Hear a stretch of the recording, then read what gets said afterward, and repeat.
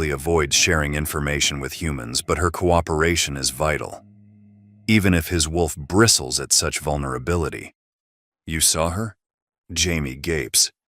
When? The night we met, Edward replies, annoyed with how her eyebrows arch skeptically at that. Oh, right. Jamie snorts, disbelieving. You mean the night you were so drunk you couldn't see straight? He rolls his eyes, catching another shift in her scent, something almost playful beneath the anxiety. First of all, I was not drunk, I'd been drugged, and second of all, wait, what? The playfulness vanishes and Jamie's tone is gone, replaced by outrage. You'd been drugged? Against your will? Edward doesn't understand why this detail matters, but he nods. Yes? Anyway. By who? Her heart rate spikes again, this time with anger. Did you tell the police? Sam scoffs behind them. He doesn't need the police. Edward shoots him a warning glare. I'm trying to keep a low profile, he then tells Jamie, so the people who've done it don't try to keep me off their property. He watches understanding dawn in her eyes, replacing confusion as her mind quickly puts the pieces together. Are you saying the Grants drugged you? Edward allows himself a small smile of approval. Perceptive, he thinks appreciatively. Yes. Why? Why would they do such a thing? Her eyes go wide. You don't think they're behind the disappearances? Her disbelief is blatant. It makes Edward wince. I think they at least have some knowledge about it, he replies. But for some reason, which I assume has to do with their finances, they're not talking about it. Doubt clouds Jamie's features again, her scent turning sour with fear. This is crazy. She jumps up, pacing the room like a caged animal. Why would they? And why were there statues? I was hoping you wouldn't fixate on that part, Edward mutters, tracking her movements. But don't you see this is insane? She presses her hands to her face, her heart thundering so loud it drowns out the subtle sounds of the hotel. Edward rises, fighting the urge to steady her. He needs her focused, needs her cooperation. So, perhaps he could try comforting her. Not that he wants to, of course. Jamie, please. He tries, placing a hand on her shoulder she immediately shifts away from. You have to listen to me, Edward insists. These statues. People don't just turn into ice, Edward. Her voice cracks like thin ice, sent sharp with distress. Beside them, Sam's posture goes rigid. Look, Jamie shakes her head, backing away. I can't do this. I have to go. Edward watches her retreat, something clenching in his chest. And what if it's true? He taunts. What if your friend really did turn into ice, Jamie? What if she's out there? What if she needs you? The girl freezes, her entire body becoming rigid. Then she whirls around, face bone white, tears gathering in her eyes. The sight hits him like a physical blow. Don't you dare! Her finger shakes as she points at him, voice trembling. Don't you dare say that to me! You don't know how many times I've looked, how much I harassed every officer that would listen, how many sleepless nights I've spent. Her voice breaks. The tears spill over and his wolf whines at the saltwater scent of her pain. He did this, he thinks, with no small amount of regret. He pushed her to this point. Perhaps he'd had no choice, but that doesn't make him feel much better for it. People don't turn into ice, Jamie repeats like a mantra, and I won't listen to this anymore. She turns away, shoulders hunched, and begins walking toward the door. Jamie, Edward reaches for her without thinking. No! The word echoes off the windows. I don't ever want to see you again, just leave me alone. I can prove it. The words burst out before he can stop them. He'd regret them except they work. Jamie freezes mid-step, her heartbeat skipping. What? She asks. Sam's voice rises in panic. Edward ignores his assistant's terror, taking a step toward Jamie. You heard me. Turn around, Jamie. Look at me. She moves like she's underwater, each motion reluctant and slow, but finally she faces him, raising those storm-gray eyes to his. I can prove it, Edward assures her, his voice absolute certainty. Her lips pinched together, hurt warring with curiosity in her scent. How? She gasps, the word breaking on a desperate note. Yeah, Sam adds nervously. How? Shut up, Sam. Edward growls. His assistant starts fidgeting, probably already guessing Edward's intentions before Edward himself has fully committed to them. But, Sam grimaces, but sir, how are you planning to prove it? Jamie cuts in. Do you have an ice statue hidden in the bathroom? Edward shakes his head, but I can give you an idea of how they were made. Sam's gulp is audible. Edward forces himself to ignore it. He's already committed to this path. Suspicion narrows Jamie's eyes. All right, she challenges. Fine. How were the supposed ice statues made then, big guy? Edward lets his lips curl. Magic. Jamie, who must think he's kidding, stares at him, clearly waiting for more. But when nothing follows, her whole body deflates in tired resolve. Goodbye, Edward. She sighs. He raises his hand and somehow, miraculously, she stills. I said I'd prove it, didn't I? He says. It gets him a slow, reluctant nod. Edward smiles, holding her gaze. Try not to scream. What? Jamie frowns, confusion coloring her scent. Sam whines in objection, but Edward's focus narrows to Jamie's face, willing her to keep watching. Then he reaches for his wolf and lets the change take him. It is swift, he's an alpha after all, but still agonizing, bones cracking and reforming, muscles tearing and knitting back together in the space of seconds. When it's done, a massive white wolf stands where Edward had been, amber eyes fixed on Jamie's face. For one endless moment she stays perfectly still, expression blank. Then her scream shatters the silence like breaking glass. 13. Jamie. A deep, male voice filters through Jamie's consciousness as she blinks awake in an unfamiliar bed. She's in what looks like a luxury hotel suite, and Edward is by the window, phone pressed to his ear. Yes, Miss Matthews. She's just woken up. We should be there in about half an hour. His eyes meet hers, expression unreadable, though last night comes back in pieces. Him finding her in the snow, defending her to her family, bringing her here. How are you feeling? He approaches the bed with careful steps. Another memory surfaces, his face tight with frustration. I saw someone too, he'd said, trying to convince her about the ice statues, and then the image of a massive white wolf flashes in her mind. Oh my God, Edward. She groans, pulling the duvet up to her chin. I had the craziest dream last night. Did you? Yes. She peeks at him over the edge of the covers. I dreamt you turned into a wolf. The silence that follows is telling. Crazy, right? She prompts, voice muffled by expensive Egyptian cotton. His smile is strained at the edges. Not a dream, he tells her. Sorry, what? It wasn't a dream, Jamie. I did turn into a wolf. A laugh bubbles up from her chest as she pulls the covers higher until only her eyes show. No, you didn't. Stop messing with me. Edward winces. Perhaps I should have given you more of a heads up. I apologize. I'd never shifted in front of a human before. I didn't think you'd be so distraught. Jamie blinks rapidly, clutching her duvet fortress. The memory crystallizes. Pure white fur like fresh snow, amber eyes, massive paws that could crush her skull. It was a dream. Her voice sounds small even to her own ears. We had to give you something to calm you down. You had a panic attack. Edward dips his head in the most blatant display of shame she's ever seen. It looks wrong on him, like a crown worn backwards. I'm sorry, Jamie, he adds. I hallucinated again, she says, clutching the duvet. It wasn't your fault. No. His sigh carries infinite patience. You didn't hallucinate. Her heart thunders against her ribs. Fine then, do it again. What? He looks up, startled. Change into a wolf, Jamie demands. Right now. I most certainly will not, he scoffs. I don't want to give you a heart attack. You won't. She forces a shrug. I'm prepared now. One perfect eyebrow arches.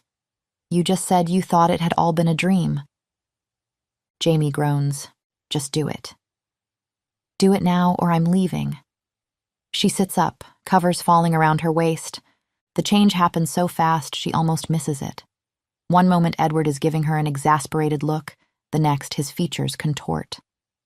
Bones crack like splitting ice, a single harsh breath escapes him. And then a wolf stands beside her bed, white fur gleaming in the morning light like fresh snow. Jamie yanks the covers back over her head and screams, "Oh my God, there's a wolf right there, big, white, a wolf in the hotel room." Jamie's thoughts scatter like startled birds as she peeks at it again. The wolf is still, watching her with almost comical patience as she chokes. Then suddenly Edward is there instead, and his hands cradle her face. "Look at me," he says softly. "Focus on me."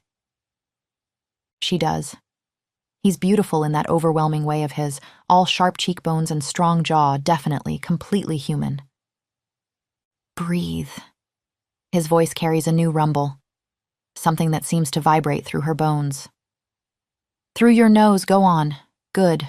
Release." He guides her breathing, thumbs stroking small circles on her cheeks until the world narrows to just this, his steady gaze, the soothing timbre of his voice, the gentle rhythm of his touch.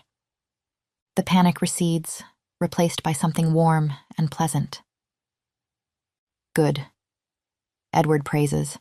His smile is soft, genuine, and C finds herself smiling back. Then he steps away and, oh, Jamie whips around so fast she nearly falls off the bed. "Why are you naked?" she screams. "What?" He sounds genuinely confused.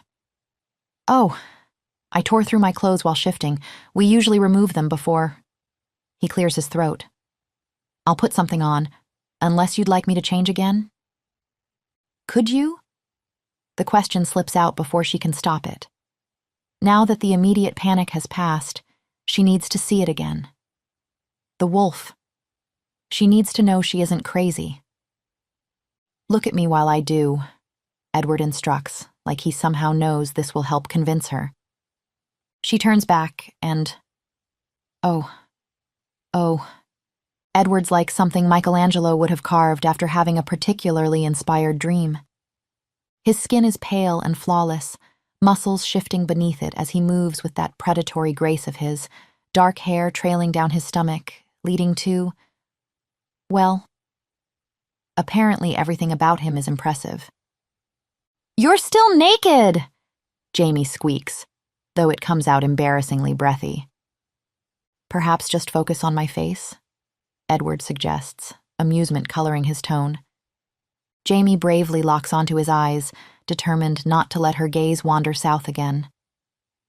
They're the same striking amber, carrying that same knowing glint, even as they change, but don't really change.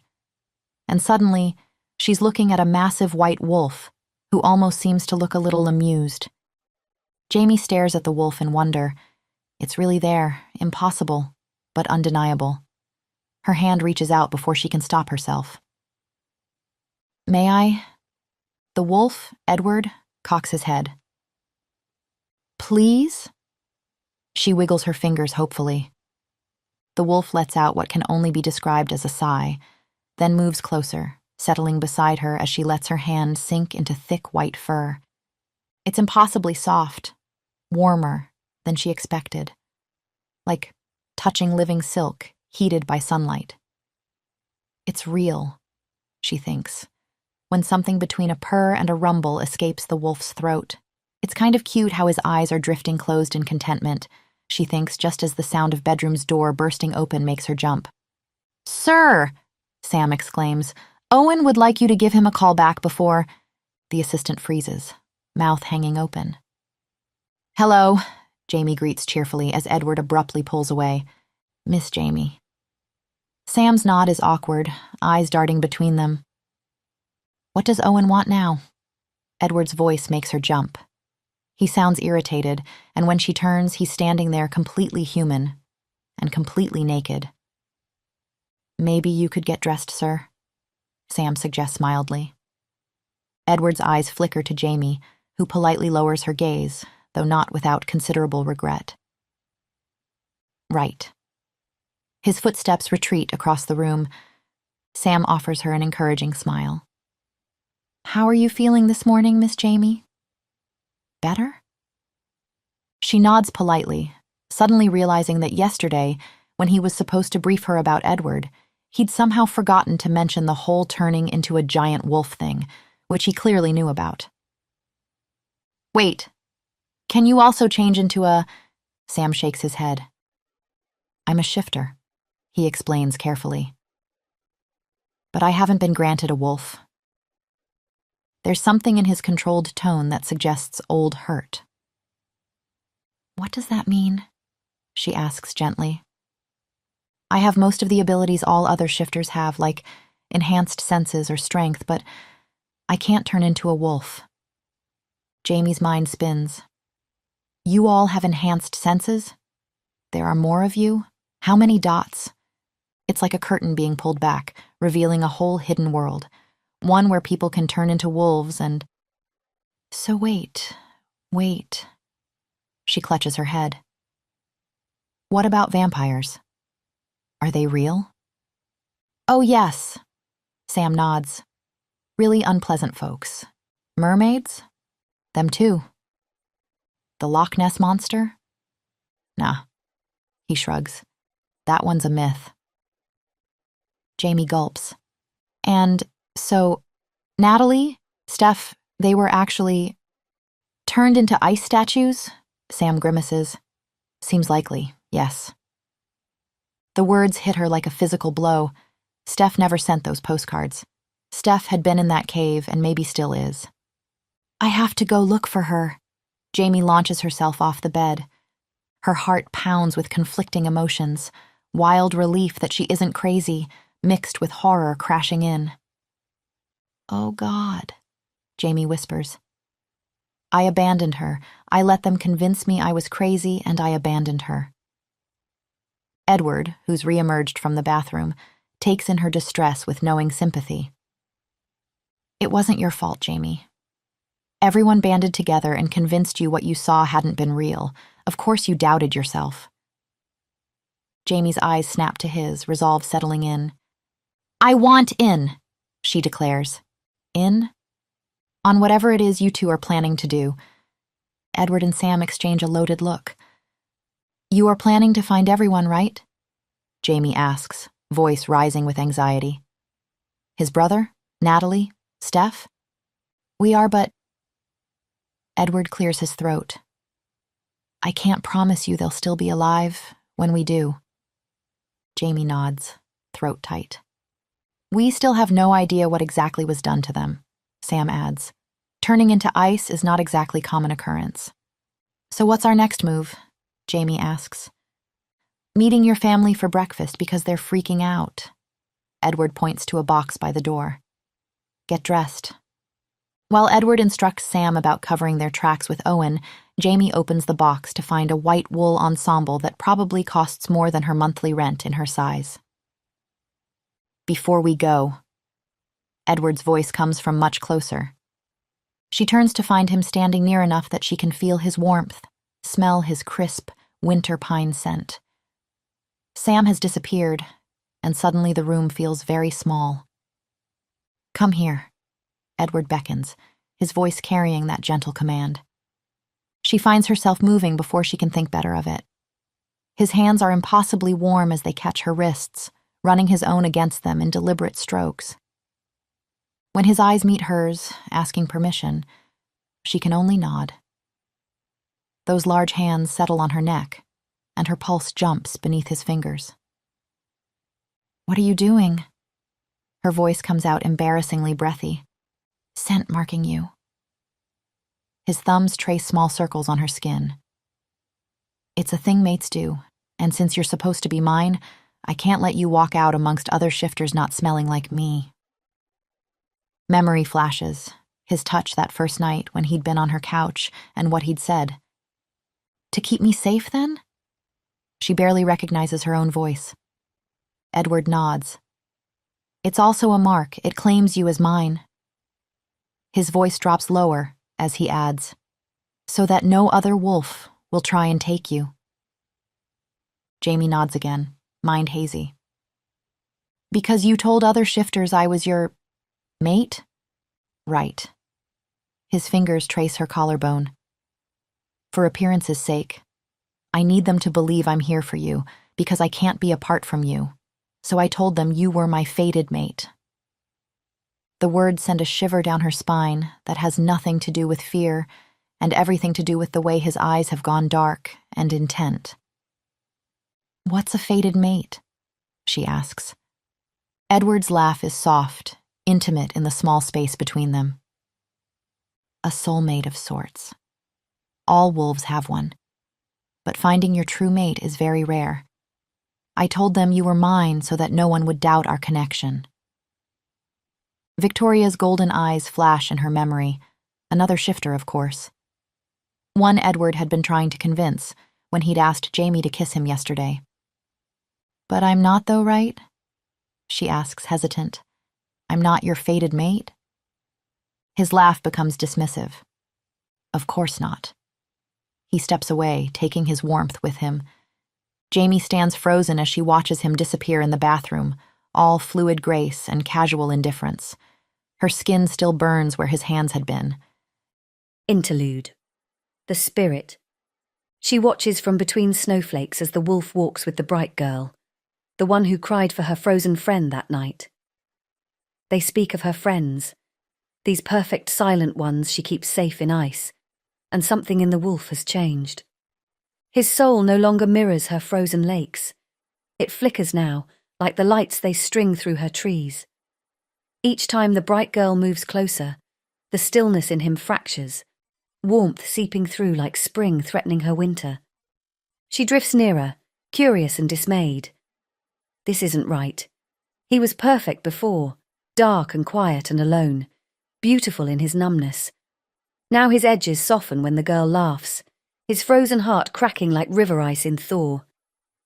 She reaches out with tendrils of frost, trying to touch what she remembers, but his warmth pushes back without him knowing. It feels wrong against her nature, this heat that radiates from him. Foreign. Dangerous. The bright girl's hand brushes his arm, and his soul flares like sunrise on snow. She's forced to retreat into shadow, her confusion swirling like storm clouds. This wolf who understood the peace of perfect stillness is changing, becoming something she doesn't recognize, something that belongs to warmth and light and laughter. Drifting through her caves of ice, she thinks of him, of how beautiful he was in his solitude, and how she might bring that beauty back. 14. Edward. Edward fields Jamie's endless questions as they make their way down the mountain. Are the Grants really shifters?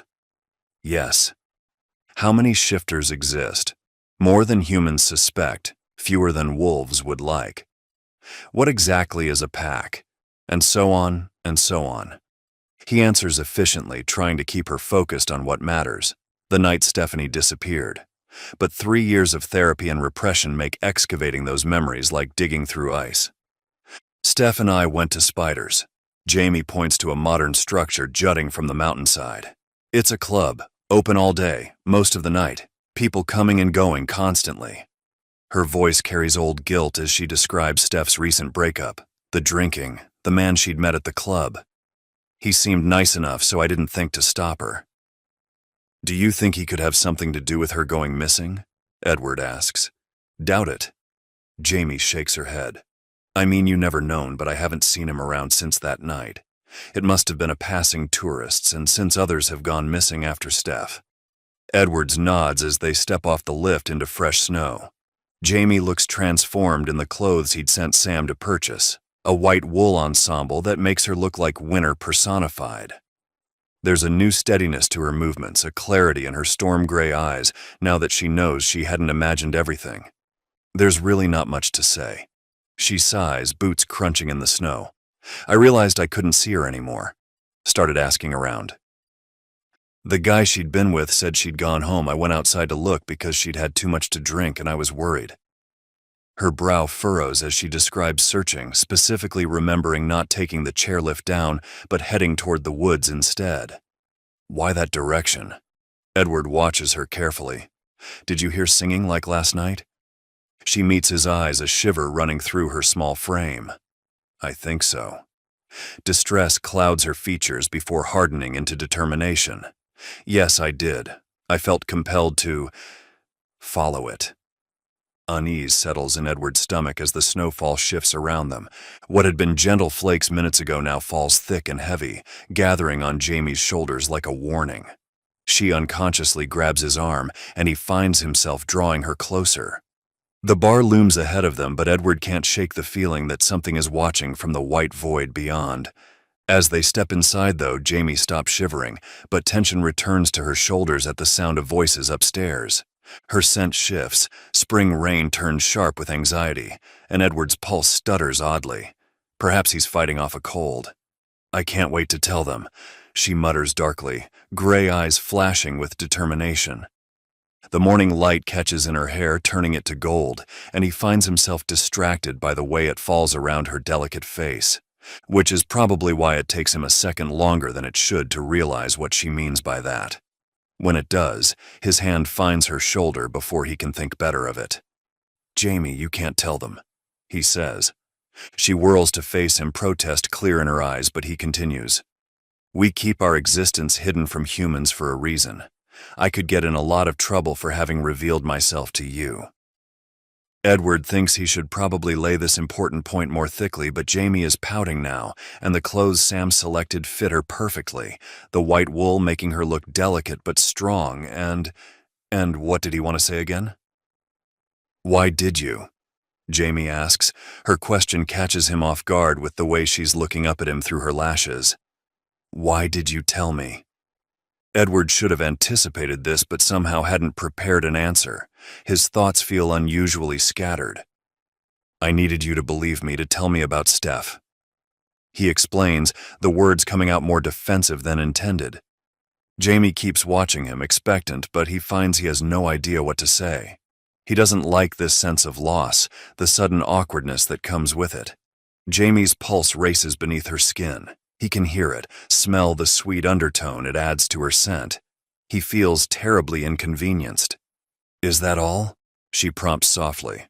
Is that not a good enough reason? Edward asks, looking away. People are missing. Jamie doesn't reply, but her disappointment, betrayed by her scent, hits him like a physical thing. His chest feels tight. He really must be coming down with something. Promise me you won't tell them. He insists.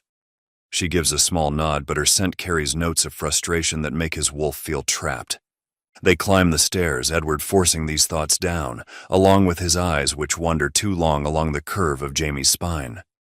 Perhaps if things had been different, he could have made her his lover, he thinks, immediately squashing the thought down.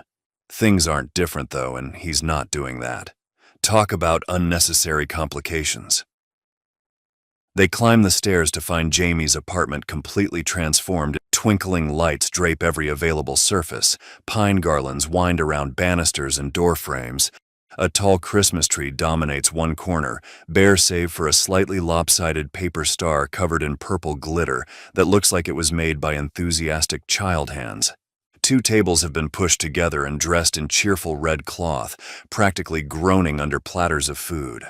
Jamie's family crowds around, faces bright with nervous excitement. Well, except for Stella, who's practically vibrating with pure joy, her small hands clutching what looks like more homemade ornaments. Surprise! They chorus. Edward studies the transformed apartment with mild bewilderment. The sheer volume of decorations seems excessive for such a small space, and nothing matches. You used to love Christmas so much, sweetheart. Carol approaches Jamie with a hopeful smile. We wanted to get you into the spirit of things. Jamie's quiet contentment as she thanks her mother puzzles Edward. Christmas is ages away. Surely this much clutter is premature and impractical. Look, I've even brought the star you made me, Auntie. Stella points proudly to what might be the most aesthetically challenged decoration Edward has ever seen, but Jamie's smile is so soft, so genuine, that Edward finds himself reconsidering his judgment. Perhaps these traditions serve some purpose he doesn't quite understand. Then he looks at the purple glitter threatening to shed everywhere again and decides that no, they definitely don't. Let's eat. Grandpa Joe gestures toward the laden table. We've made plenty of food and everything needs to go. That's a core family value, he adds, for Edward's sake. The latter blinks, genuinely confused. He approaches nutrition as fuel, precise portions, balanced macronutrients, nothing more. But as he finds himself wedged between Stella's boundless energy and Carol's maternal warmth, facing Jamie across a sea of plates he can't quite categorize, he understands these people don't see it the same way. Waffle? Carol offers him a towering plate of carbohydrates. I'm all right. He declines with practiced politeness. I'm not very big on sugar. He refrains from explaining the metabolic inefficiency of processed sugars, sensing somehow this wouldn't be well received. You have to try one of my gingerbread cookies, Uncle Edward. Stella tugs his sleeve. I made them with Dad. I'm not your uncle, he corrects, wondering how she's reached this erroneous conclusion. And that's very kind of you, but no thank you. Stella beams up at him with complete disregard for his refusal. Just one. She waves what appears to be a decapitated cookie at his face. No, really, The cookie makes forceful contact with his mouth and Edward freezes, suddenly overwhelmed by butter and sweetness and something else. Something warm and bright that makes his wolf want to curl up and purr. He chews slowly, analyzing this unexpected sensation. How is it? Stella's innocent smile suggests she knows exactly what she's done. Not bad, he replies, the admission feeling like surrender. You want another? Edward hesitates, his carefully maintained nutritional standards warring with this new, dangerous knowledge. Yes, please, he mutters, steadfastly ignoring Jamie's poorly concealed laughter. The meal continues in a way that defies all his expectations. There's no clear power structure, no careful deference to the strongest member. No one seems to be leading or following. They just flow. Edward finds himself increasingly fascinated by their dynamics, the way they pass plates and share stories with easy familiarity. He's used to being the center of gravity in any room, the alpha everyone orbits around. Here, he's just Edward. No one waits for his opinion before speaking. No one watches him for cues. It's disorienting at first, like missing a step on stairs he's climbed 1,000 times. But gradually he notices something else, the absence of weight on his shoulders. No one here expects him to have all the answers. No one needs his permission to laugh or reach for seconds or tell slightly inappropriate jokes. He finds himself relaxing muscle by muscle, though he hadn't realized he was tense. It's strange, this weightlessness, like stepping out of armor he's worn so long he'd forgotten it wasn't his skin. So Edward, Grandpa Joe says as mugs of hot cocoa appear, towering with whipped cream, we hope us imposing on Jamie won't deter you from staying here with her as planned. That's right, Carol chimes in before he can respond. We must insist you don't move to some expensive hotel just because of us. We're so happy to have you. Her hand settles warmly on his shoulder, and Edward goes completely still, fighting the urge to recoil. No one ever touches him without explicit permission, hasn't in years. He knows Carol means no harm, and it's not like he feels threatened by her touch, but, well, it's unexpected. Edward doesn't like unexpected. Mom, Jamie protests, leave him alone. Edward meets her eyes across the table. She probably doesn't want him imposing, doesn't want to share her tiny bedroom with someone who isn't actually her boyfriend. It would be logical to leave. But his gaze catches on Stella's small form, on Carol's unprotected back as she fusses with more cookies. These humans are completely defenseless against supernatural threats. They don't even know they need protection, but that doesn't absolve Edward of his duty to provide it. He's responsible for their safety whether they know it or not. Thank you, Ms. Matthews. He summons his most charming smile, the one that usually makes pack matters run smoothly. I'm looking forward to spending more time with your beautiful family. Jamie's jaw drops while Carol practically glows. Please call me Carol, dear. Later, watching Jamie shoot nervous glances as he unpacks in her room, he tries to reassure her. I won't actually be sleeping next to you, Jamie. Don't worry. To his surprise, her shoulders drop slightly. Oh, no. I'll either be working downstairs or patrolling the resort. The sooner he finds their culprit, the safer everyone will be. I have a feeling whoever's making tourists disappear, they're not going to do so in broad daylight. Her brow furrows. Okay, but when will you sleep? The question catches him off guard. What does that matter? I don't really need much sleep, he says dismissively. Shifters can function on minimal rest, and he's gone without entirely when duty requires it.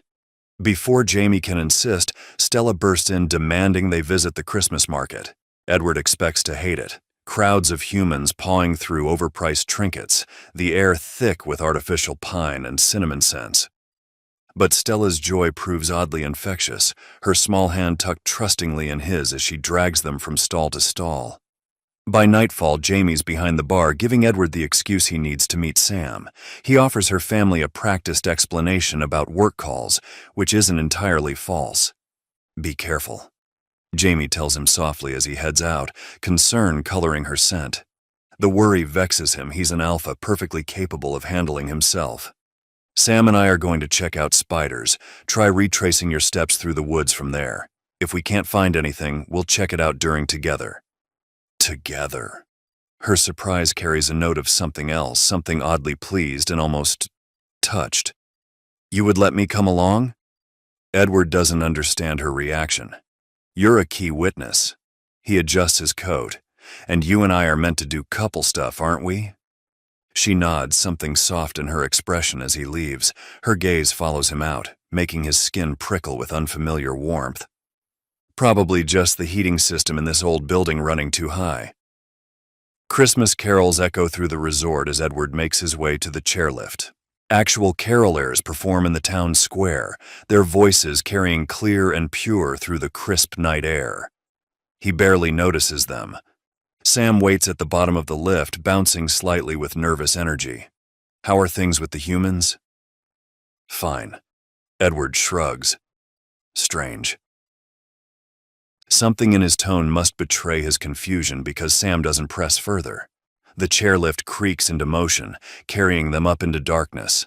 The night is cleared, at least, stars sharp overhead. Spiders comes into view, bass-heavy music replacing carols, growing louder as they ascend.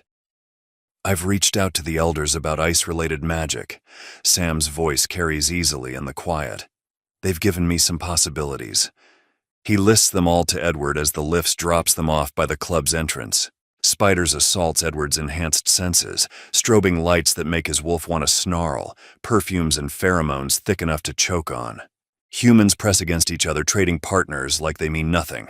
The casual way they touch, claim, discard, it grates on something primitive in him. Want to get out of here? Warm feminine arms wrap around his shoulders, perfume burning his nose. I have a girlfriend, Edward explains, tracking movement by the bar, searching for anything out of place. I don't mind, comes the reply in a hot breath against his ear, alcohol sweet. It takes him a moment to catch her meaning with how little attention he's paying her. When you do decide to give your heart to someone, I'm sure you don't expect him to throw it away at the first person who doesn't mind. He tells the girl. Humans are so fickle, he thinks, watching couples form and dissolve like smoke. The thought sends an unexpected spike of unease through him. Jamie is human too. Would she be just as casual about loyalty? The idea of her here, being approached, being touched, makes his wolf pace restlessly. He finds Sam in the crowd looking equally bewildered by human mating rituals.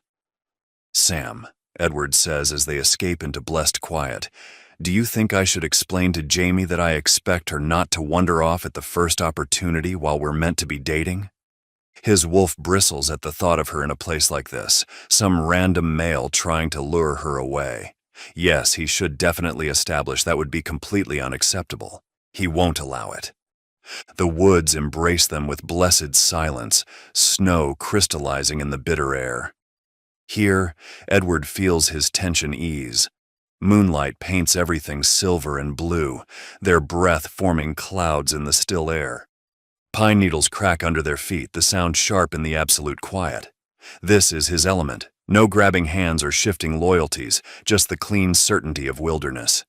They've almost given up when Sam crashes to the ground with a yelp. That's embarrassing, even for you. Edward reaches down to help, but freezes. Beneath their feet, ice spreads in impossible patterns, delicate whirls and spirals that look almost alive, like frozen lace or captured frost. The designs seem to shift in the moonlight, telling a story Edward can't quite read. What is that? He crouches to examine it closer. Sam's excitement builds beside him, practically vibrating through the night air. Edward meets his wide eyes. Alpha, Sam breathes, triumph and terror warring in his voice. There's only one explanation for this. Edward's brow furrows as his assistant continues. I think I know what we're dealing with. Then Sam grimaces, and it's not good. 15. Jamie. The bar's Christmas lights cast multicolored shadows across the weathered floor as Jamie wipes down the counter for what feels like the 100th time. Only a handful of patrons remain, the usual suspects who never seem to understand what last call means. The jukebox in the corner plays some sad country song about lost love, perfectly matching the mood of the lonely drinkers nursing their final beers. She should be grateful it's a slow night. The tourist season hasn't quite kicked in yet, though the Christmas market is starting to draw crowds. Still, she finds herself watching the clock, willing it to move faster. The sooner she can close, the sooner she can... What? Follow Edward to Spiders like some kind of stalker? Speaking of stalkers, there's Dave again, the one who calls her Crazy Jamie while demolishing her tequila supply. Tonight, he's got his hands all over a different girl than the soulmate he'd been with before. Jamie watches him swear undying devotion to his new target, her stomach churning unpleasantly. Would Edward do that? Go looking for company while they're pretending to be together? She has no right to forbid it, even if the thought of his arms around someone else makes her want to smash every bottle behind the bar. Maybe she could pass it off as maintaining their cover. Edward, darling, your fake girlfriend would appreciate if you didn't make out with random women in public or in private. Except she hadn't actually told him that before he left for Spiders, looking like some kind of GQ model who got lost in their small town. Oh God, they're going to throw themselves at him. With those cheekbones and that jaw and those arms. The glass she's drying squeaks in protest at her grip. It doesn't matter. They're not really together. He's allowed to do whatever, or whoever, he wants. But what if Victoria Grant shows up again? What if she drugs him like before? Edward had followed her home so easily that night. Trusted her completely. Jamie remembers how pliant he'd been, how freely he'd touched her, nuzzled her neck. Now she knows that's not normal for him. He barely initiates contact unless he's marking her for show. Sam's with him, she mutters to herself, but anxiety churns in her gut. The ancient clock above the bar shows 5 minutes to closing. Beyond the frosted windows, snow falls in thick flakes, catching the light from the Christmas market stalls still doing business in the square. There's nothing stopping her from heading to Spiders once she's done here, Jamie decides. Her family's asleep, and she did promise to help investigate. She practically shoves the last customers into the cold, breaking her previous record for closing speed. The door locks with a satisfying click, and minutes later she's crunching through fresh snow, wrapped in the ridiculously gorgeous coat Edward bought her, which she's definitely being buried in. It's like wearing a cloud, made of warmth. The resort's nightlights paint everything in soft blues and golds, Christmas carols drifting from the still open shops. Any other night, it would look magical. Tonight, Jamie barely notices, her mind fixed on the club up the mountain where Edward might right now be getting hit on by someone who isn't her. Just to check on him, she tells herself, just to protect their cover. She's not fooling anyone, least of all herself.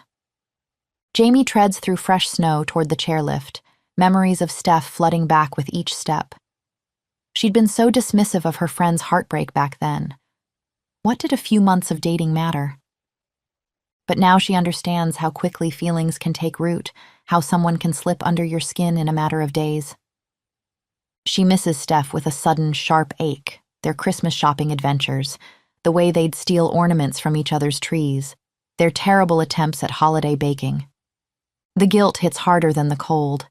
3 years of not looking, of letting them convince her she was crazy, of abandoning her friend to whatever fate had claimed her. The snow begins to fall harder, thick flakes obscuring the festive lights until the street empties of tourists. Maybe she should turn back.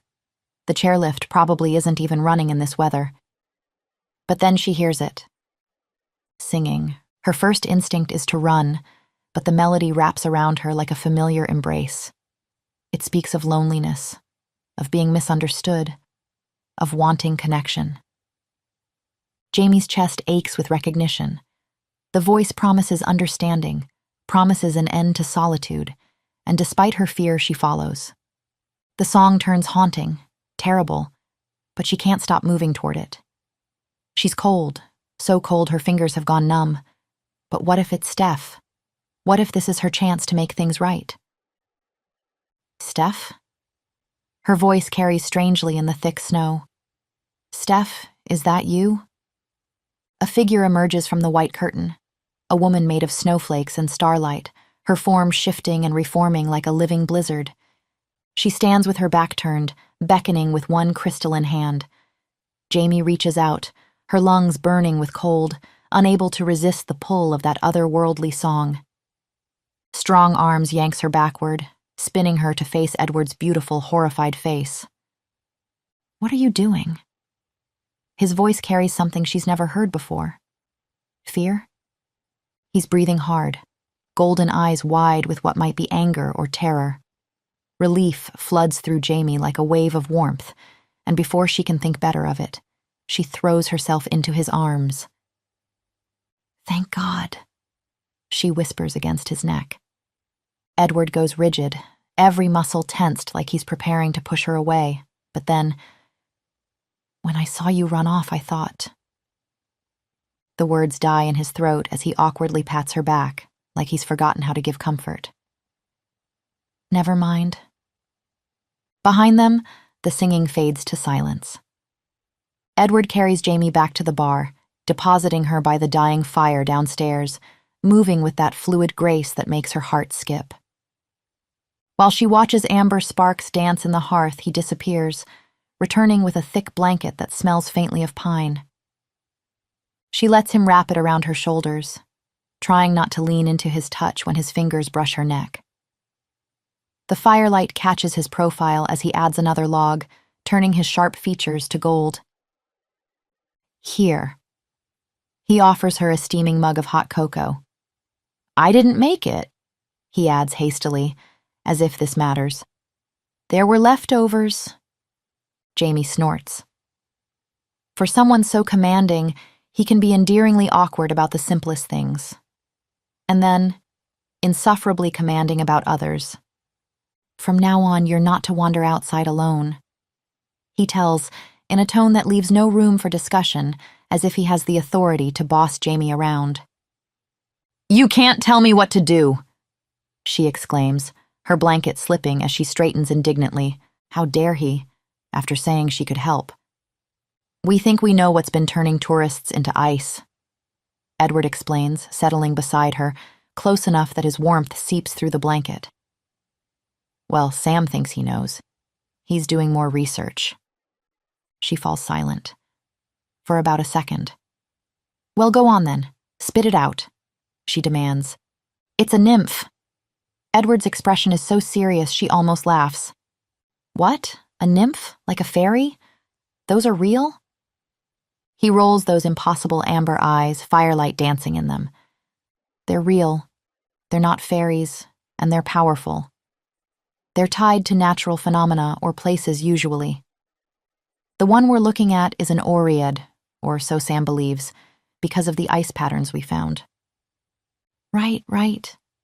She clutches her mug tighter. What's an oread? A mountain nymph. His voice drops lower, intimate in the quiet bar. We have records of them displaying ice powers, so it could match our culprit. Though they don't tend to attack anybody, not that we've heard of, nymphs keep hidden, so it's not clear why this one has been turning people to ice and kidnapping them.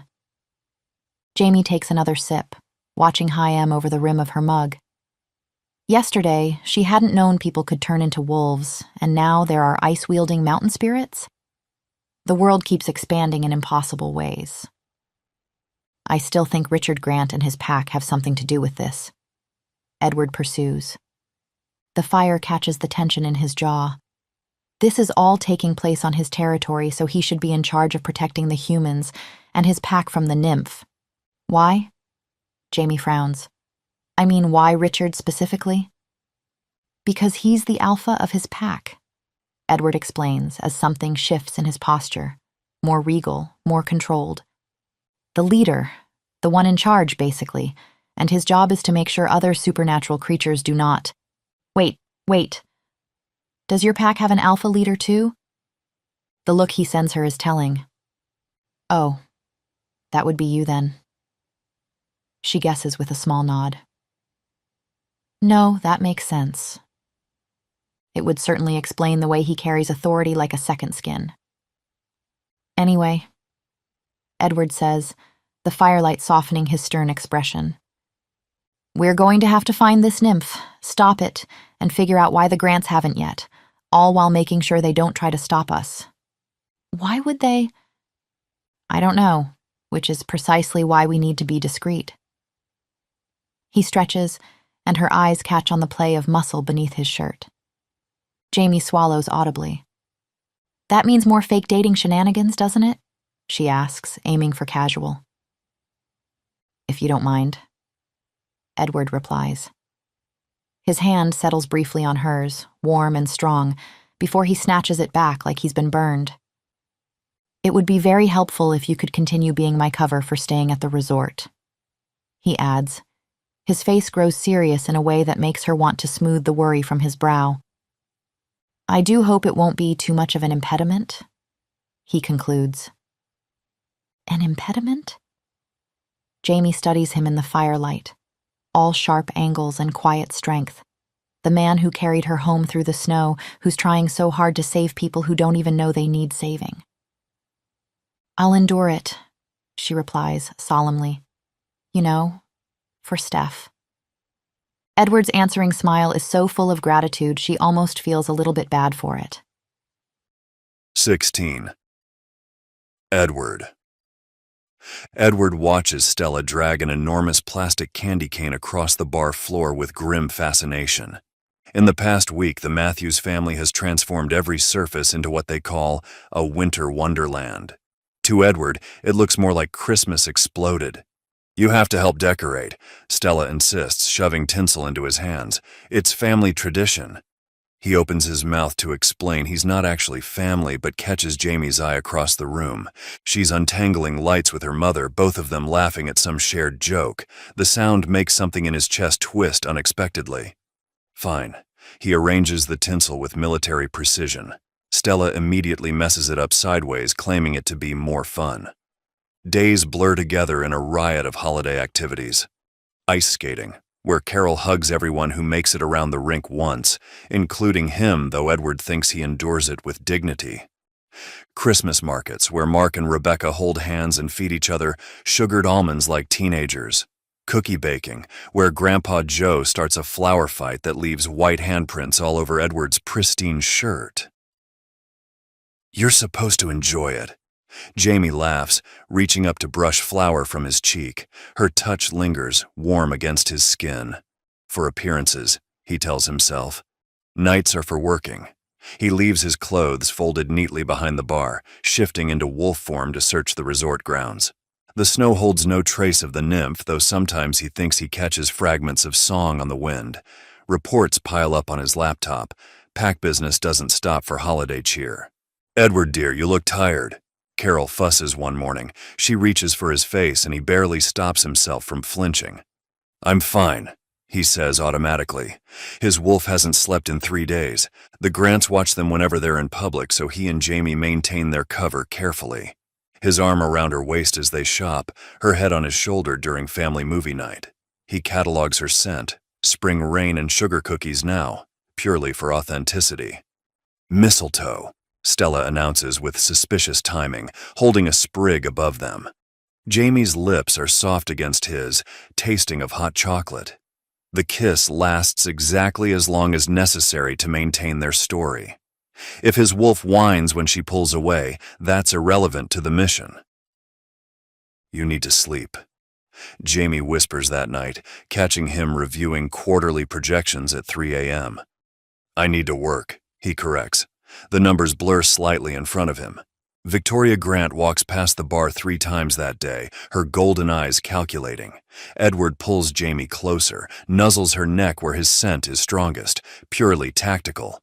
His phone buzzes constantly. Owen with pack problems, Sam with nymph research, investors wanting updates. The Matthews string popcorn garlands and sing carols off-key, seemingly unbothered by the world's demands. "Join us," they call. Sometimes, despite his better judgment, he does. The second week brings new challenges. Edward finds himself automatically catching Jamie's coffee mug before it tips, knowing her morning clumsiness by now. He catches himself humming carols during his nighttime patrols, his wolf's paws leaving tracks in fresh snow. "Here, taste this." Jamie holds out a spoonful of cookie dough. When he hesitates, she adds, "For authenticity." The Grants are watching. They aren't, he'd know their sense, but he accepts anyway. The sweetness bursts on his tongue, mingling with the lingering trace of her fingers on the spoon. Sleep becomes an abstract concept. He runs the perimeter in wolf form until dawn, changes back for breakfast with the family, handles pack business during Jamie's bar shifts, plays the devoted boyfriend in between. The ice patterns they'd found lead nowhere. The nymph's song haunts his dreams on the rare occasions he allows himself to rest. "Whole pack's asking about you," Owen reports. "When are you coming home?" Home feels like a distant concept too. The Matthews apartment smells of pine needles and cinnamon, Stella's laughter and Carol's worried glances, Jamie's spring rain scent growing stronger on his clothes. The mistletoe incidents increase suspiciously. Stella develops an uncanny ability to appear with it whenever he and Jamie are close. Each kiss lasts a little longer, grows a little softer. For the cover story, he reminds himself, even as his wolf memorizes the sound Jamie makes when he pulls her closer. "You're swaying," she observes during yet another Christmas market excursion. "I'm fine." But his enhanced senses are dulling with exhaustion, the winter air carrying too many scents to track. He catches himself responding to Carol's maternal fussing, accepting Mark's offered beer, letting Grandpa Joe teach him proper cookie decorating technique. They touch so freely, love so openly. His wolf, trained to command and control, doesn't know what to do with such easy affection. The Grants circle closer. Edward scent marks Jamie more frequently, telling himself it's necessary. If his hands linger on her skin, if he finds himself breathing her in even when no one's watching, that's irrelevant. "Rest," Jamie whispers, finding him reviewing security footage at midnight. "Soon." He lies. His world divides, dark hours searching for a creature that might save or doom them all, bright moments wrapped in holiday warmth he doesn't deserve. Somewhere between Stella's paper snowflakes and Jamie's sleepy morning smiles, the lines begin to blur. The nymph remains elusive. Edward's wolf grows restless, torn between protecting the family and hunting their threat. Both instincts feel equally vital now, though he can't explain why. 18. Jamie. The fire crackles merrily as Monopoly money changes hands across the coffee table.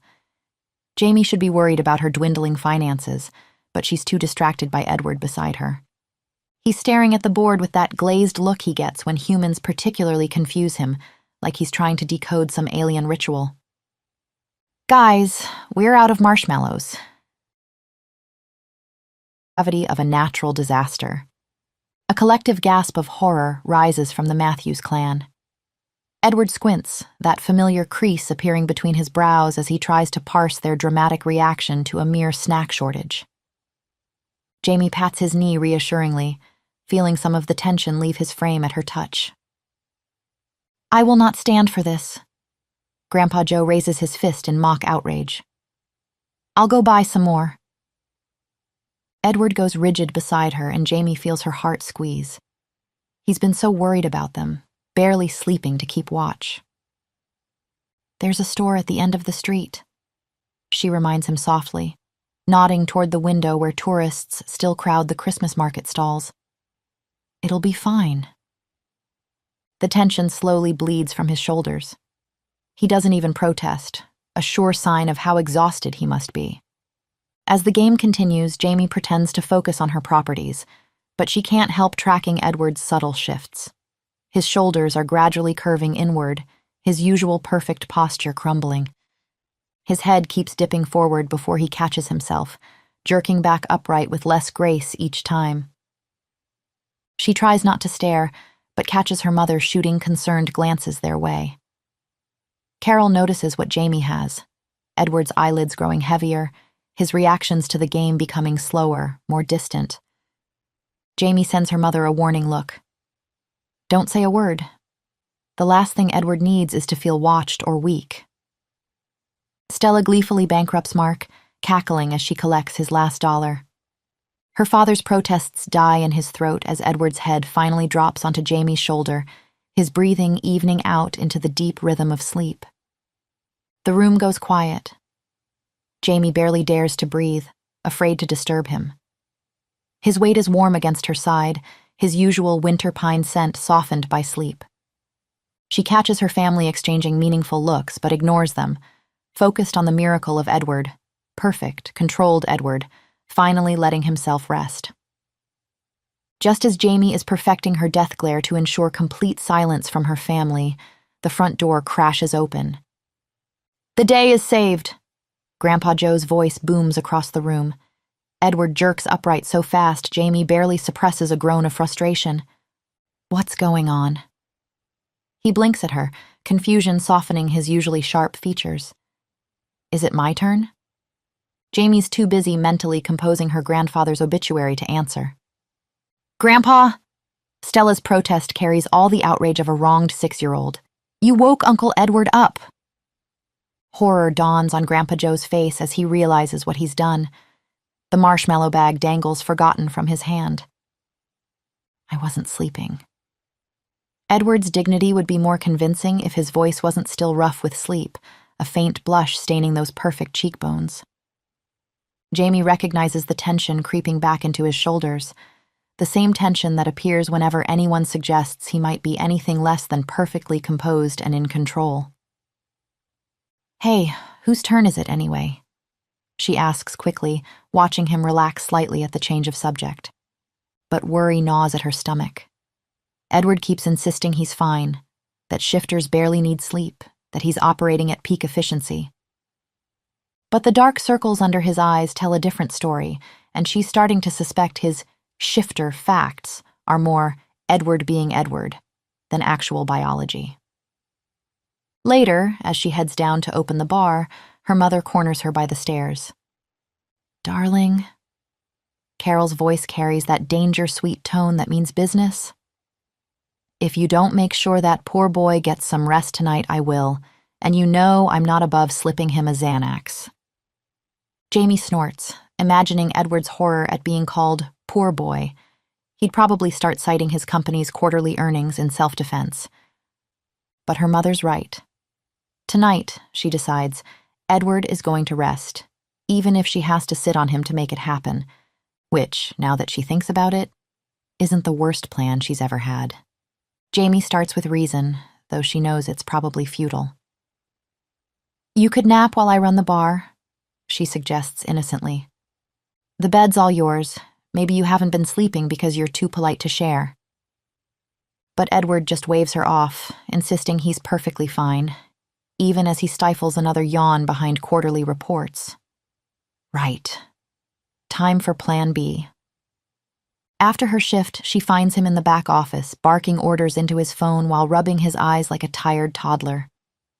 She waits until he hangs up before dropping her bomb. I think my family's getting suspicious of our relationship.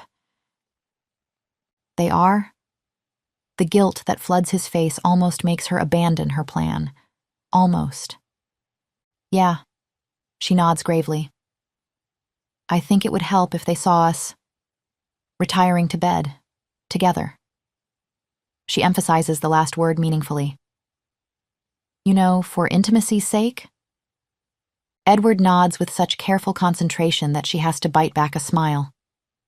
10 minutes later, they're bidding her family goodnight, Edward following her to her room like in particularly proper shadow. Though the moment the door closes, he's already planning his escape, and Jamie has to stifle back a groan of frustration at how impossible he's being. "When do you think it's safe for me to leave?" he asks, looking at the window like he's seriously considering climbing through it. And Jamie knows he would, the stubborn ass. "Oh." She settles onto the bed, careful to look relaxed. Not for at least an hour, they're watching It's a Wonderful Life. Edward looks adorably confused when she pats the mattress beside her. "Come, sit." He perches on the edge like he's afraid the bed might bite, meticulously removing his shoes first because of course he does. "Well, I suppose this could be a good opportunity to discuss." His words cut off as Jamie nestles against him, forcing him to recline. "I'm really tired," she sighs, making her voice small and vulnerable. "Haven't been sleeping well with all the stress." "Oh?" The tension in his body eases slightly, concern creeping into his voice. "You should have told me." Jamie bites her lip, trying not to laugh. "I'm telling you now." Another dramatic sigh.